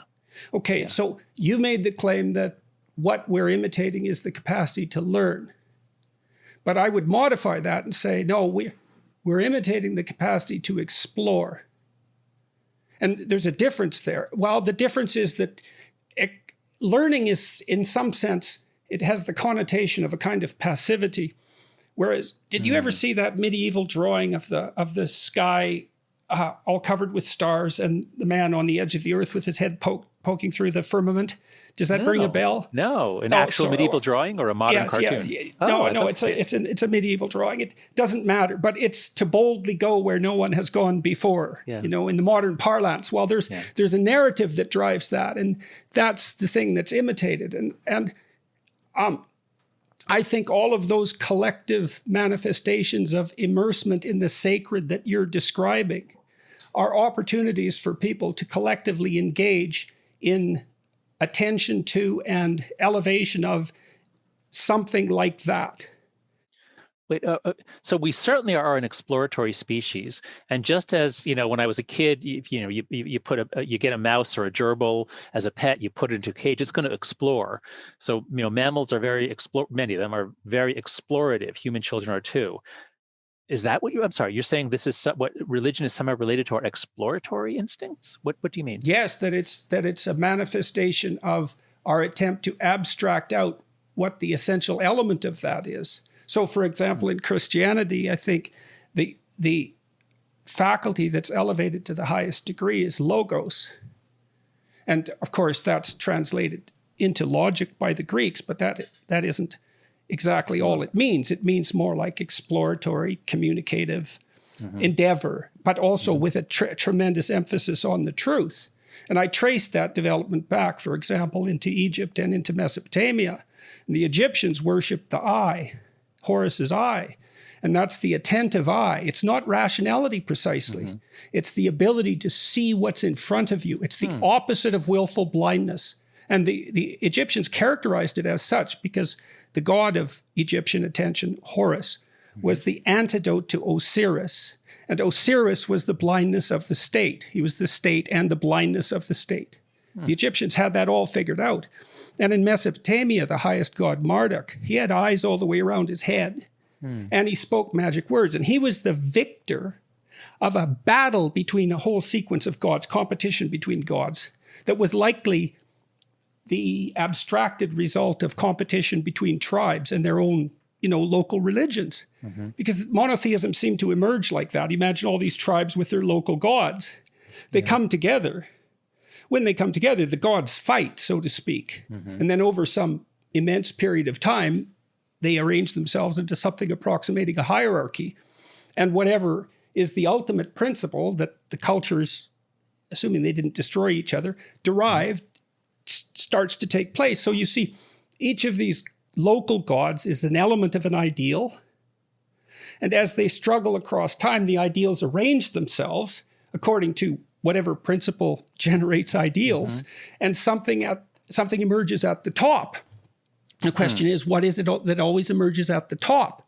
There's a pattern, and it's the thing that we imitate. That's the crucial thing. Wait, I'm sorry. What emerges out of the top? Give me an example. The ideal. Well, I can give you an idea. I'll give you an example, okay?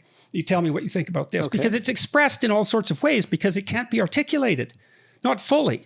Okay, so you see Byzantine cathedrals. The dome is the sky. Okay, the cathedral's a cross. Right. The center of the cross is the central point of being. Okay. You look up at the sky, and there's a picture of Christ as Pantocrator, as creator of the world. Okay, what's the idea? And he's in gold. There's a halo. The halo is like the sun, and gold is a noble metal, right? It's pure and incorruptible. So that ties into that disgust issue that you've made so much of. Right. The logos idea is the idea that truthful speech brings about the best kind of reality. It's something like that. And so that's elevated. So you think, well, look, we imitate. We imitate the gist. Well, what is the gist extracted out over thousands of years? See, when I look at religion from a purely psychological perspective, let's say, and think about our continued discussion about what constitutes the human ideal, it's something personified. It has to be, because we can't imitate it otherwise. That's the problem with abstract ideals as motivating. They're not personified. Even when Stephen talked about the civil rights movement, he had to mention John F. K. and Martin Luther King, right? He had to bring the personality into it. Yeah. So you think, as we've organized our religions across time, as we've aggregated into groups and attempted to construct a monotheism, we're trying to figure out what principle should be elevated to the highest state. Yeah. Okay. So I think we're taking a very different approach to religion. I am a social functionalist. I start by saying, what's the social function of this? I don't think humans are very motivated to find the truth. Now, this is my particular view. There's a saying attributed to Robert Zients, a great social psychologist, that cognitive psychology is social psychology with all the interesting variables set to zero. So a lot of people try to use psychology to explain, how people are trying to optimize their information processing. Sure, we do that if we're trying to bet on the stock market or if we're trying to get from here to there. But even then, we do all sorts of irrational things. Once you bring in the social factors, those tend, in my mind, to overwhelm any sort of truth seeking. And once you bring in religious thinking, where so much is done that is so evidently counter to truth, and many people point out, well, the point of believing something hard to believe is a demonstration of your commitment. Yeah, I've read that. I don't buy that argument. Yeah, I don't think know it's weak. Yeah, I don't know what to think about that particular argument. Well, let me ask you this. So if I said I believed in you, what would that mean? Well, pragmatically, it means you support me, you're there for me, you think I'm on the right track. I have faith in you. Yeah. Right. Yes. So what that would mean, I think, it would mean that I, of your own accord, I would expect you to do the right thing. And I would rely on that and defend you. And so the reason I'm bringing this up is because that's one of the ways that people use the idea of belief. Right? It isn't, we have this idea that to express a religious belief is to express accordance with a set of facts, like scientific facts, but that isn't how it's seen. Yeah. No. You talked about ancestor worship. Okay. We believe in something like the central animating spirit of mankind. That's the gist that we're all imitating. And that's what unites us. We're united around that ideal. And you see that expressed in the places that you described already. When you're playing with a band, that's a remark. I'd love to be able to do that. I can't do that, but I see people doing it. You can get a sense of that in the audience. Yeah, you're united around something transcendent. It seems, and you're all imitating, right? Because you've all got the beat. You're all imitating the music. Well, I would just say you're in sync. It's not that you're imitating per se. It's that you are moving as one. So you you're don't have to be imitating the music, though. As well as moving at one, you're imitating. Well, you are from a Piagetian perspective because you're matching your body to the rhythms, right? So so the mimicry is embodied. And that's what unites you. So you could say you're united by the spirit of music. That's fine. But I think it does tap into that imitative capacity because everyone does move as one. Yeah, I would agree. Whether, I don't know enough about mirror neurons to say whether those, I don't know what the current state of research is on mirror neurons, but we certainly have this ability to match each other's movements. And that is part of imitation. And that does get us in sync.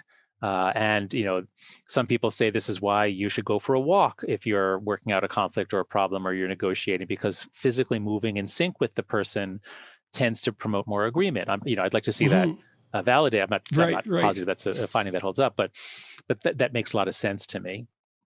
So I think we're both focusing on different aspects of the religious experience. And I'm coming in as a social psychologist looking at its social effects, and you're coming up as a clinical psychologist. But you're also not writing it off as like a superstitious equivalent to rationality. Like you're trying to tie it to something that's deeper. We evolved to be religious. This is so part of our nature. So that's the first issue is, so you think that's a reasonable proposition. Mm-hmm. All right, so then the question is, what exactly does that signify? So let me try running something else by you. Okay. You're interested in processes of natural selection. Now, so I made the proposition a little earlier that we are doing something like collective imitation of the ancestral spirit. That's what ancestor worship is. It unites a culture, something like that. You reflect your father, he reflected his father, etc., all the way back. Mm-hmm. And the only way that we can be in agreement about something is if we share a lot of our presuppositions. I mean, we can differ to some degree, but we have to have a shared personality to comprehend one another. E.O. Wilson said, if we could talk to ants, we wouldn't have anything interesting to say to them. Yeah, that's right. Right. So, our similarities and our differences make communication possible, but the similarity is something like, well, it's our participation in our shared culture, even our shared language.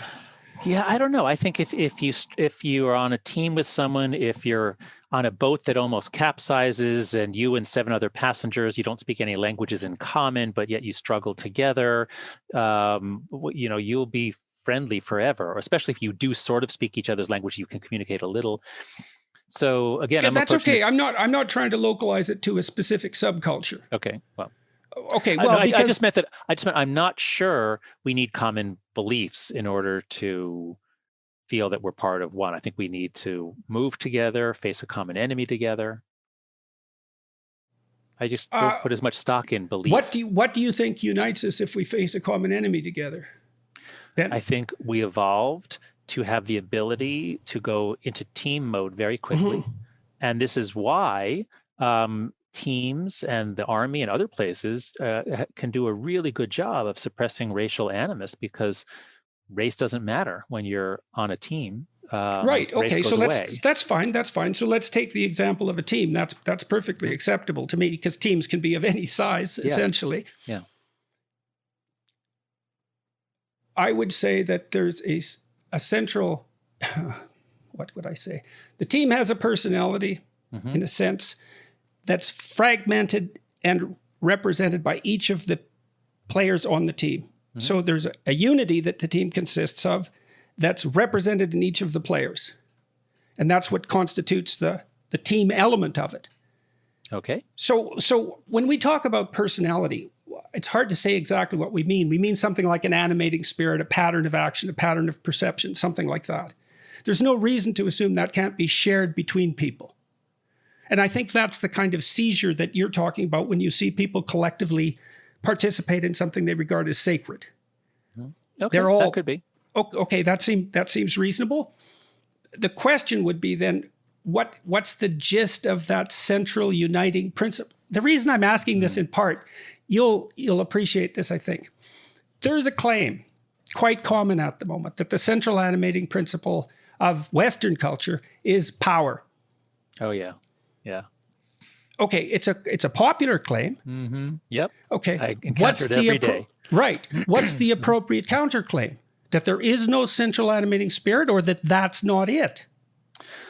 That I face this a lot. And I think the response is to say, sometimes power matters.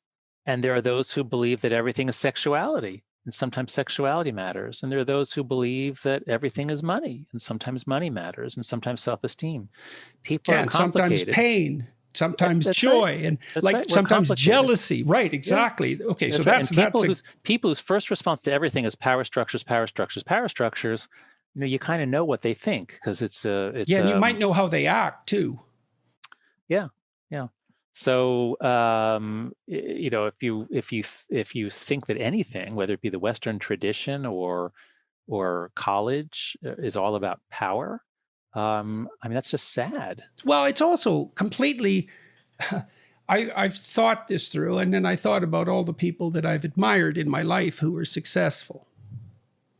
And so those would be people that I'd like to imitate, or at least I respect. And that seems to be a reflection of something like, you know, a low level of awe. They weren't admiration. They weren't driven by power. That's right. They were driven by competence and generosity. That's right. And there you go. And so this is actually one of the hallmarks of a religion is people are committed to something that's obviously not true on its face. And the people who are really committed to this religion, that everything is power, this sort of, you know, Michel Foucault religion, they even interpret family life as being about power. You know, that my relationships with my kids is primarily about my power. I mean, that's just bizarre. And marriage. That's right. Because I'm a man and my wife's a woman. Therefore, I must be motivated to have power over my wife. And I must feel something in common with other men because we're all men. We're all trying to maintain the power structure. I mean, this is far wackier than saying there was this guy and he was killed and he came back to life 3 days later. I mean, you know, this is just a matter of faith. And so the fact that it is intruded so deeply into the academy now, again, not in most departments, but in, you know, some of the departments that you and I both know, this is the religion. Everything's about power. Yeah, well, we don't seem to have been able to put forward a very good counterclaim.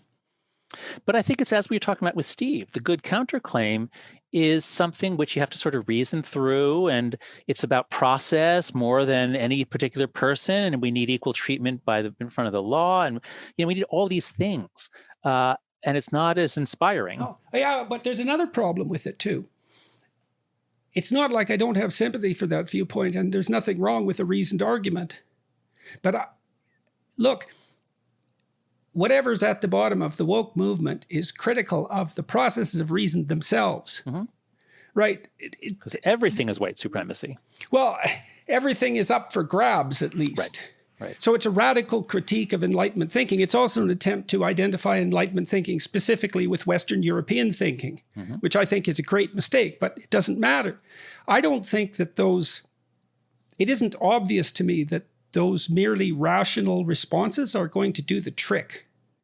No, in general, not. But something that I've begun to think a lot about is the importance of specifying the institution or the domain before you say anything else. And so we can talk about, will a rational argument persuade people? And if we're talking about like on planet Earth, you know, or just, you know, out on the public square, your odds are not very good.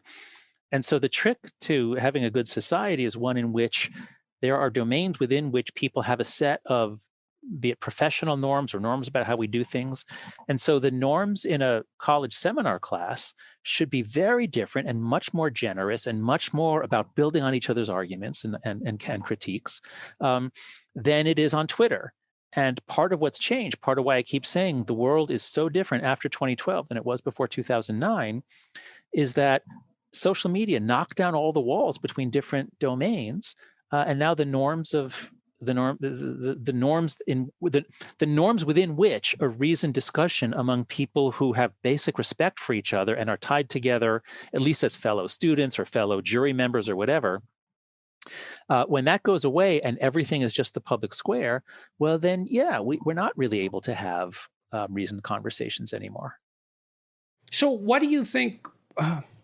So you attribute what's happened since 2012 fundamentally to technological transformation. Is that the case? Yes, there were a variety of trends that were building already, but those included technological changes like the emergence of cable TV in the 1980s. But between 2009 and 2012, that was when we passed a kind of a tipping point or a phase change, I would say, in which everything got weird right after 2012.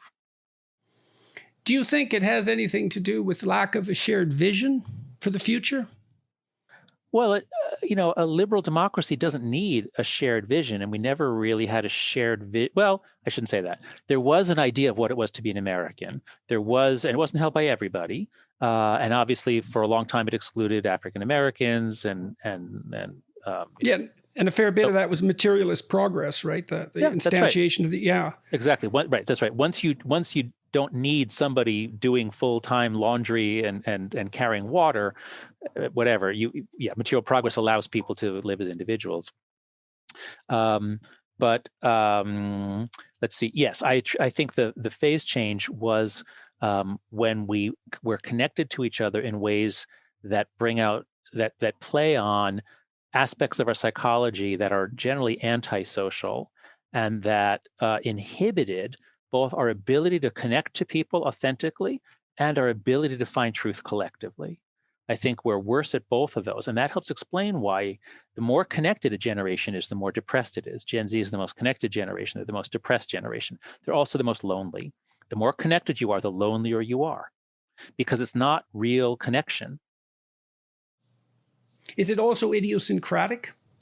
In what way? My connection network and yours aren't the same.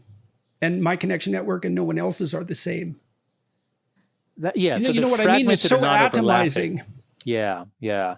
So I think so I believe that we are ultra social creatures. We evolved in groups. Mm-hmm. In a sense, we broke out of the hive in the 19th century, 20th century with prosperity. We could live alone. We have individualism. And so while that's very good for certain things, and it makes it easier to give everybody rights, but many of us yearn for groups. I think we are at our best. We are at our happiest when we have well-constituted groups. And if you think about the times, I ask my MBA students, think about a time in your work life that was just the best. Like, what was the best job, the best time in your work life? So that's kind of why I asked about shared vision. It's like, I guess one question is, what is it that unites a group? Mm-hmm. You can unite with someone else around a shared activity, which is usually directed to some sort of goal, mm-hmm. right? So there's an ideal there that might be pulling you on. You mm-hmm. certainly do that if you're participating in a sports team or something like that. Like, do we unite around a purpose rather than beliefs? So here I draw on Mike Tomasello, who's just a brilliant psychologist who studied child development and chimpanzee development. Mm-hmm. And he shows the great human innovation. I cover this in chapter 9 of The Righteous Mind, is shared intentionality. Right. So if you have two chimpanzees and there's like a log, and they could carry the log over to the wall and tilt it and climb out, they're smart. As individuals, they could do that. But if it takes two to carry it, they will never, ever in a million years do it, because they don't have the ability to say, we are doing this thing together. Right. Well, but by two or three, kids do that. Yeah, we signal that with our eyes. Exactly. To a large degree, exactly. Right? And they're even evolved for that.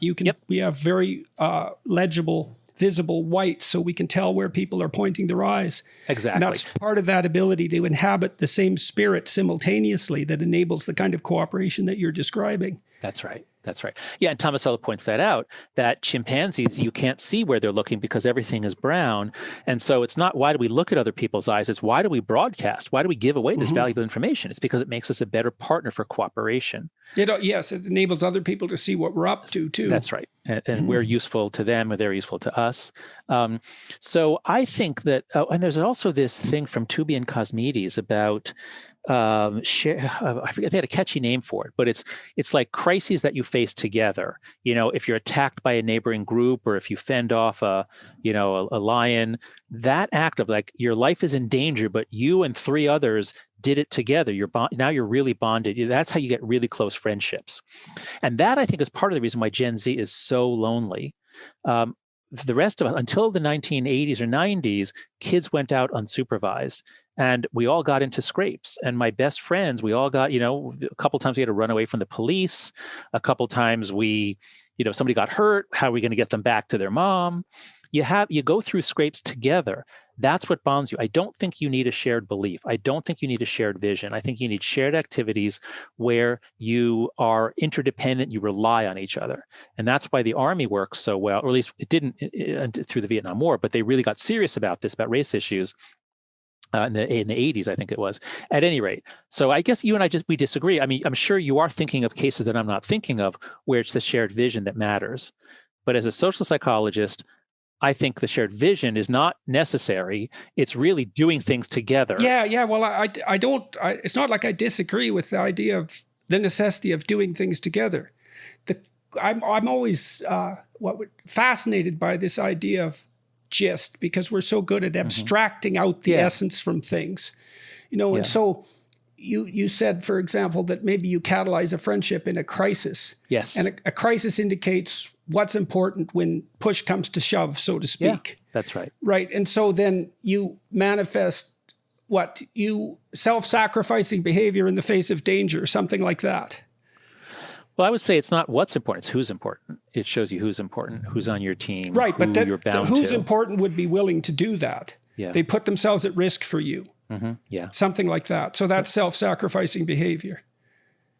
Yeah, and it does even that seem happen in an reasonable? office. Yeah, it does. It does. And even in an office, my kids love the office, and it's about the dysfunctions of office life. And I did work in an office for 2 years in between undergrad and grad school. I was a computer programmer for the government, and we had a really bad boss.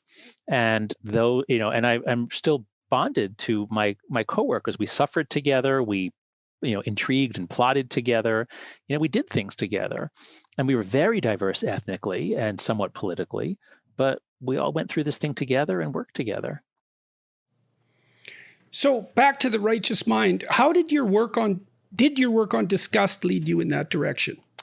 Yes, it did. It was the breakthrough, because when I was a first-year grad student beginning to study moral psychology, it was all about Lawrence Kohlberg and Jean Piaget, and it was very rational, and it was about how kids' beliefs about justice and fairness change as they develop. And it was a little bit dry and dull. And it wasn't until I took a cultural psychology class with Alan Fisk, who's a brilliant cultural anthropologist and psychologist, and he had us read ethnographies, full-length treatments of cultures from around the world. And it was there that I saw these patterns, these repeated patterns around menstruation, food, taboos, Borders. Yeah, that's right. There are, and so that's what really showed me this. As I said, it's like a Jungian view. Like there's something in our minds that is coming out all over the world. Culture can't be just. We're not a blank slate. I wish Steve was still here. We're not blank slates. Cultures can't just teach you. From each according to his ability, to each according to his need. Like you can't teach that to people. That's the way we are in a family, but you can't make a whole society believe that because there are constraints. And it was studying disgust, purity, pollution, and then disgust with Paul Rosen, who happened to be at the University of Pennsylvania, where I was a graduate student. It was really studying disgust and sanctity and purity and religious practice around that. Why is the body so important in religious practice, except in modern Protestantism? And so that's what got me to look at this much more irrational stuff, to think about evolution in a certain way. And that led me to multi-level selection. So yeah, if not for disgust, I probably would have just been somebody studying relatively dry aspects of moral psychology about reasoning and fairness. Right. That takes you down into the emotional and the instinctual level. Exactly. That's right. Disgust is and there's a big debate in moral psychology. It's a very active, exciting field, but there are people who say, well, no, it's all about harm. Everything's ultimately about harm, and everything else is indirectly harm. And there are others who say, no, it's all about fairness. Everything is fairness. And I am an anti-parsimonist. That is, I do not believe in the pursuit of parsimony. I believe that... Well, the problem is the terms that everything gets reduced to start to expand. What do you mean? Well, if you say everything is about harm, then you have to redefine harm so that it's universally. You have multiple kinds of harm. Yeah. Exactly. Yeah. So it does it does seem to be a mug's game in some sense, and it enables you to have one answer for everything, which is rarely helpful. Yeah. So I was reading Franz de Waal recently, and he's studied disgust I didn't realize that disgust did manifest itself in other animals so clearly. It's controversial. There are some hints of it in some primates that I've heard of, but I don't think any other animal shows contagion the way we do. But tell me if he has an example. Well, he thinks dogs show disgust to citrus fruits, which are poisonous to them because they wrinkle. No, it's they wrinkle. Well, they'll do it to the smell too. Yeah, but it's just distaste. No, this is so Paul. One of the things I got from Paul Rozin, who's one of the world's experts on food and eating, the psychology of food and eating, is of course animals evolved to seek out certain sensory experiences that guide them to their food. So if you're a koala bear, if it smells like eucalyptus, you're done. But if you're a dog, you evolved to eat meat. And when you're a kid, like you think, well, grapes are so delicious. I love grapes. Fido, why don't you like this grape? You won't eat a grape. And so that's just distaste. And so what I learned from working with Paul Rozin is distaste is very common. You're reacting to the sensory properties of the food. So that's not so interesting. What's interesting is that something that elicits a negative reaction touches something else. Will you then avoid that something else? So he's tracked that in chimps. Oh, contagion. Tell me, how has he shown contagion? Well, he tracked one chimp who found a dead rat and used it to torture other chimps with. Okay. And so she would place the dead rat, which was in rough shape, on another chimp, possibly sleeping. The chimp would wake up, be horrified, and then rush off to clean. That's really funny. Wow, a chimp practical joke. That is funny because my college roommate and I did something kind of like that in college. He had a snake and he had dead rats in the room to feed the snake, and we actually did something very much like that. This is a riot. Now, does that show contagion that they needed to wash off? Maybe. Yeah. Yeah. Well, he does. He has other accounts in the book as well. Where is this? Mama's Last Hug, it's called. Is that a book of his? I don't know that. Yes. Mama's Last Hug. Okay, it's a relatively recent one. Yeah. Check it out. I was DeWaal quite was interested. very influential in my thinking. Yeah, I love DeWaal. So yeah, me too. Well, and I'm so interested in your work on disgust, and so it was interesting to me because I thought it was a relatively human emotion, but he makes a pretty strong case that it's more. But as with so much about chimps, you can say, do they have culture? Well, there's this behavior here that was observed once or 10 times. That what you're telling me now is the first case I've ever heard that looks like maybe it was. So with so much about chimps, do they have it? Well, almost a little bit. And sometimes, there's not bright lines, but there are some sort of somewhat bright lines. Yeah, well, I guess with disgust, you'd think that it was sufficiently embodied, visceral, so that it might have fairly pronounced equivalents in species that are closely related to us. I do wonder about its relationship with conscientiousness, which seems to be a more specifically human trait, perhaps. Maybe you see it in sled dogs. I don't know. Yeah. No, I do think, maybe you can tell me about Freud's anal triad, whether there's any truth to that. But at least if you think that human personalities, like the master dimension is sort of, are you more set towards like approach, explore mode, or are you more set to finding threats and defend mode? And that's a trait that varies. And people who are more set to defend mode are going to be more anxious, but also more disgust sensitive. There's a small correlation with politics. They tend to be a little more conservative, and conservatives certainly are more conscientious, especially orderly. They're especially more orderly, and that seems to be more tightly associated with disgust sensitivity. Yep, that's right. As opposed to straight neuroticism. Yeah, that's right. What do you think of Randy Thornhill's work on parasite prevalence and conservatism, which seems to be logically associated, at least to some degree, with your work on disgust? Yeah, it is. I mean, I know the hypothesis. I think it makes a lot of sense. So basically the idea that cultures that evolved with high parasite loads, other people are much more dangerous. You're much more, careful about outsiders coming in. They bring disease, and so conservatives tend to be more and actually a nice metaphor in the Brexit context, are we drawbridge up people or are we drawbridge down? And the Brexiters were more drawbridge up, here's our island, and the more universalist, Remainers were more drawbridge down. And over again, you see the progressive mindset is much more John Lennon, imagine no borders, just everybody living in peace. And the conservative mindset might be the fundamental political difference. I thought this because, the two traits that predict political belief seem to be openness, predicting liberalism and the kind of things that you're talking about, and orderliness. And so if you think, why do those co-vary to predict political belief? And it seems to me to be something very much like what you just described with relationship to borders is, are you on the side of free flow because you see the advantages, or are you afraid of that perhaps because of pathogen contagion? Yeah, that's right. And so here's a very useful word. Once you hear it, it just explains, it improves things here.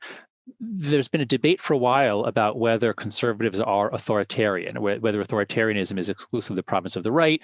A long search for left-wing authoritarianism. I think there is such a thing. You think so too. Actually, right. You've produced some research on that. But I heard an interview with John Hibbing, who's a political scientist who's done a lot of research on the sort of the physiology or brain basis or, the psychology of politics. And he says the word we use shouldn't be authoritarian. It's not primarily authoritarian. It's primarily securitarian. People who are really focused on security, they want us to be safe. They see threats over the borders. If that's the way your mind is more, then you will end up more attracted to parties right of center. Whereas if you're less concerned about security, then you go more left of center. And boy, is this playing out in New York City right now because, we had a horrible crime wave that went on for decades in this city. It ended in the 90s, and it seems to be picking back up as of 2 or 3 months ago. I mean, it increased during the pandemic, but the last couple of months, my neighborhood's gotten really much more dangerous, more crimes. I'm sorry to hear that because New York was so good for so long. Yeah, my wife and kids could walk around at 11 o'clock at midnight. They could walk around. Millennials were taking the subway out to Brooklyn at 4 a.m. And I hope that'll come back. But in the last couple of months, it looks like it's back to the 70s. Anyway, the reason I bring it up is just to say that we're having a mayoral election. The primary is going on right now, and election day is tomorrow. And back when it seemed like everything was great, we're going to come out of this. One set of candidates was attractive, but now it's oh really? You said defund the police? No way! No, we need the police. We actually really, really need the police. So there's as soon as there's a real threat, many people, not just conservatives, but many people suddenly say, wait a sec, security is really important. And do you think that this is a particularly germane question to you? We tried to look for heightened levels of anxiety in conservatives in my lab for a long time. We never found them, not really. Right. But, that's right. But it's the disgust issue that's so germane to me. It's like when you say security, do you mean control of what's contemptible and disgusting, or do you mean what's threatening? Those are not the same thing. Yeah, I think following Hibbing, I think it's what's threatening. No, because you're right. The neuroticism, if anything, is more common on the left. Conservatives are happier by some measures, not by all. There are a variety of psychological traits that do seem to indicate greater psychological adjustment among conservatives, and including happiness. And so I would not, it'd be weird to say that conservatives are more anxious, but yet they do seem to be more threat sensitive. Would you agree with that? I don't know. I wrote a whole book sort of theorizing that the purpose of belief was to bring anxiety under control and uncertainty, and there's something to that. But disgust has occupied more and more in my imagination with regards to political belief, partly because of your work, partly because of Randy Thornhill's, partly because there is an association between orderliness and conservatism and orderliness and disgust sensitivity. And it's not associated with neuroticism, which is so strange, right? Because the negative emotions clump together. You're right. So you'd expect, really, it's a killer piece of evidence. If conservatives are more threat sensitive, they should show higher levels of neuroticism on some measures, and they just don't. And so you can see in lab situations, there are some stimuli they seem to overreact to, but it isn't obvious that it's associated with the canonical negative emotions. But disgust is a whole, and after I familiarized myself with your work, I read Hitler's Table Talk, which is a collection of... What is that? It's a collection of his spontaneous utterances over dinner time, collected by his secretaries across about 4 years. Oh, fascinating. Yes, it's fascinating. And what's really fascinating is how much of it's about disgust. Oh, wow. God, it's just unbelievable, because his propaganda process... Oh, yeah, cockroaches, rats. You bet. Well, and so much disgust in you may Mein know Kampf. this, and you may not, that Zyklon was originally used as an insecticide in factories. They cleaned up the factories. The Nazis cleaned up the factories first, then the mental hospitals. Then they broadened out, and it was Zyklon B, I believe, to begin with, and then Zyklon A. And so there's a disgust story there that's unbelievably strong. And the thing about things that are disgusting, if you're afraid of them, you want to get away from them. Yeah. If they're disgusting, you want to destroy them. Well, you want to withdraw from them. Yes. You want to withdraw, and you want, especially burning. Yeah. Yes, burning especially burning is the most satisfying way to dispose of things, because it kills. Right. It certainly And kills it's the not germs. like the Nazis weren't enamored of the symbolism of fire. Burning. That's right. That's right. Yeah. So I think maybe what we can say here is that let's bring in openness to experience, because if we say that openness to experience is consistently the largest trait associated with politics, as far as I know, and so people are high on openness to experience tend to be drawn to progressive or left-wing politics, and that has a very clear negative relationship with disgust. That, I think, is the strongest relationship Paul Ross and I ever found. Now, you would think that would also have some relation to anxiety, because, as you said, the negative emotions all clump together, but in this case, they don't. So maybe the neuroticism link is a red herring. Maybe what we should be focusing on is the openness to experience. So I'm assuming that Hitler was not very open to new experience, that he did not seek out a great variety of foods and curious about... It's very complicated, because he was extraordinarily interested in aesthetic issues. He had the floor plans of most major buildings memorized, and he was planning to transform the centers of most of the cities that he conquered into artistic citadels. But remember this. What kind of art? He divided art. That's right. Yeah. He divided art into acceptable and pathological, that's right? So he was an artist with very conservative tastes in what was beautiful. Yeah, so I think he was open and hyper-orderly. Hyper-orderly, because there's other examples of his orderliness and disgust sensitivity. But are there other examples of his 4 times openness? a day. Wait a second. So you've convinced me that he's interested in aesthetics, but do you think he was open in a general way? Well, he wanted to go to art school. He tried to get in 3 times. Tried to make a living as a watercolorist. Yeah. So look, I'm not trying to make a case that Hitler was an artistic genius. I'm not saying that at all. He was a very complicated person. But I think the real tilt for him was maybe even the contradiction between openness and extreme orderliness. Like, he was also a worshiper of willpower, which is associated with orderliness, right? So he could stand like this, would stand like this for hours at a time, and he prided himself on that. And he bathed 4 times a day. He was also concerned. He's also very much concerned with what he ate. Yeah. In an orderly sort of way. Sense, right. And contamination sensitivity. Exactly. And the way he saw Jews in German society as contaminating rats, cockroaches. Yeah, that is very common in genocides. The same language in Rwanda. About pure blood all the time. Yeah. Yep. Yeah, and so there's that purity element that you've made so much of as well. It's an obsessive theme, and if you look at his table talk, you can see that, because it's spontaneous utterances, And so I was looking for fear words, anxiety words. It's like they're rare, but disgust words, man, fascinating. It's just there all the time. And disgust, it's, you think about our society, we go out of our way to keep fearful things at bay. But we really go out of our way to keep disgusting things away. Yeah, that's the hallmark of civilization and the civilizing process, right? And when people travel in, what used to be called third world countries, that was one of the striking things, is just the degree to which dead bodies or death and excrement and other things are visible parts of life. And boy, have we done a good job of hiding them in yes, that's just societies. not there at all. At all. So that's right. So we don't even know how sensitive we are to disgust anymore, because almost all the elicitors have been removed. That's right. That's right.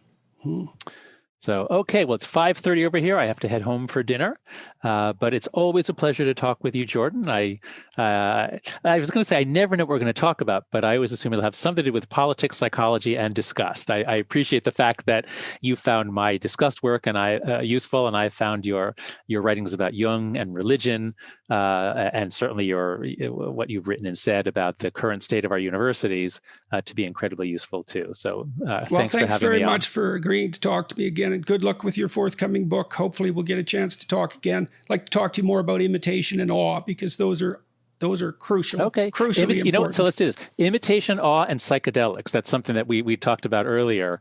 So next time we get together, let's talk about imitation, awe, psychedelic experiences, and how they change people, and how they, for me at least, opened me up to unmoralizing things, to stepping outside of moral matrices and just trying to understand complex systems. Yeah, maybe it'd be a good idea to pull in one of the psychedelic researchers for that talk. Perfect. Yes, that would be much better than just you and me talking about it. Yeah, let's bring in. Yeah, that'd be good. Yeah, that'd be fun. All right. Okay, maybe next fall or next winter. Yeah, okay. Really good talking to you, and glad to see you're looking so good and all that. Thank you. You too. Bye-bye.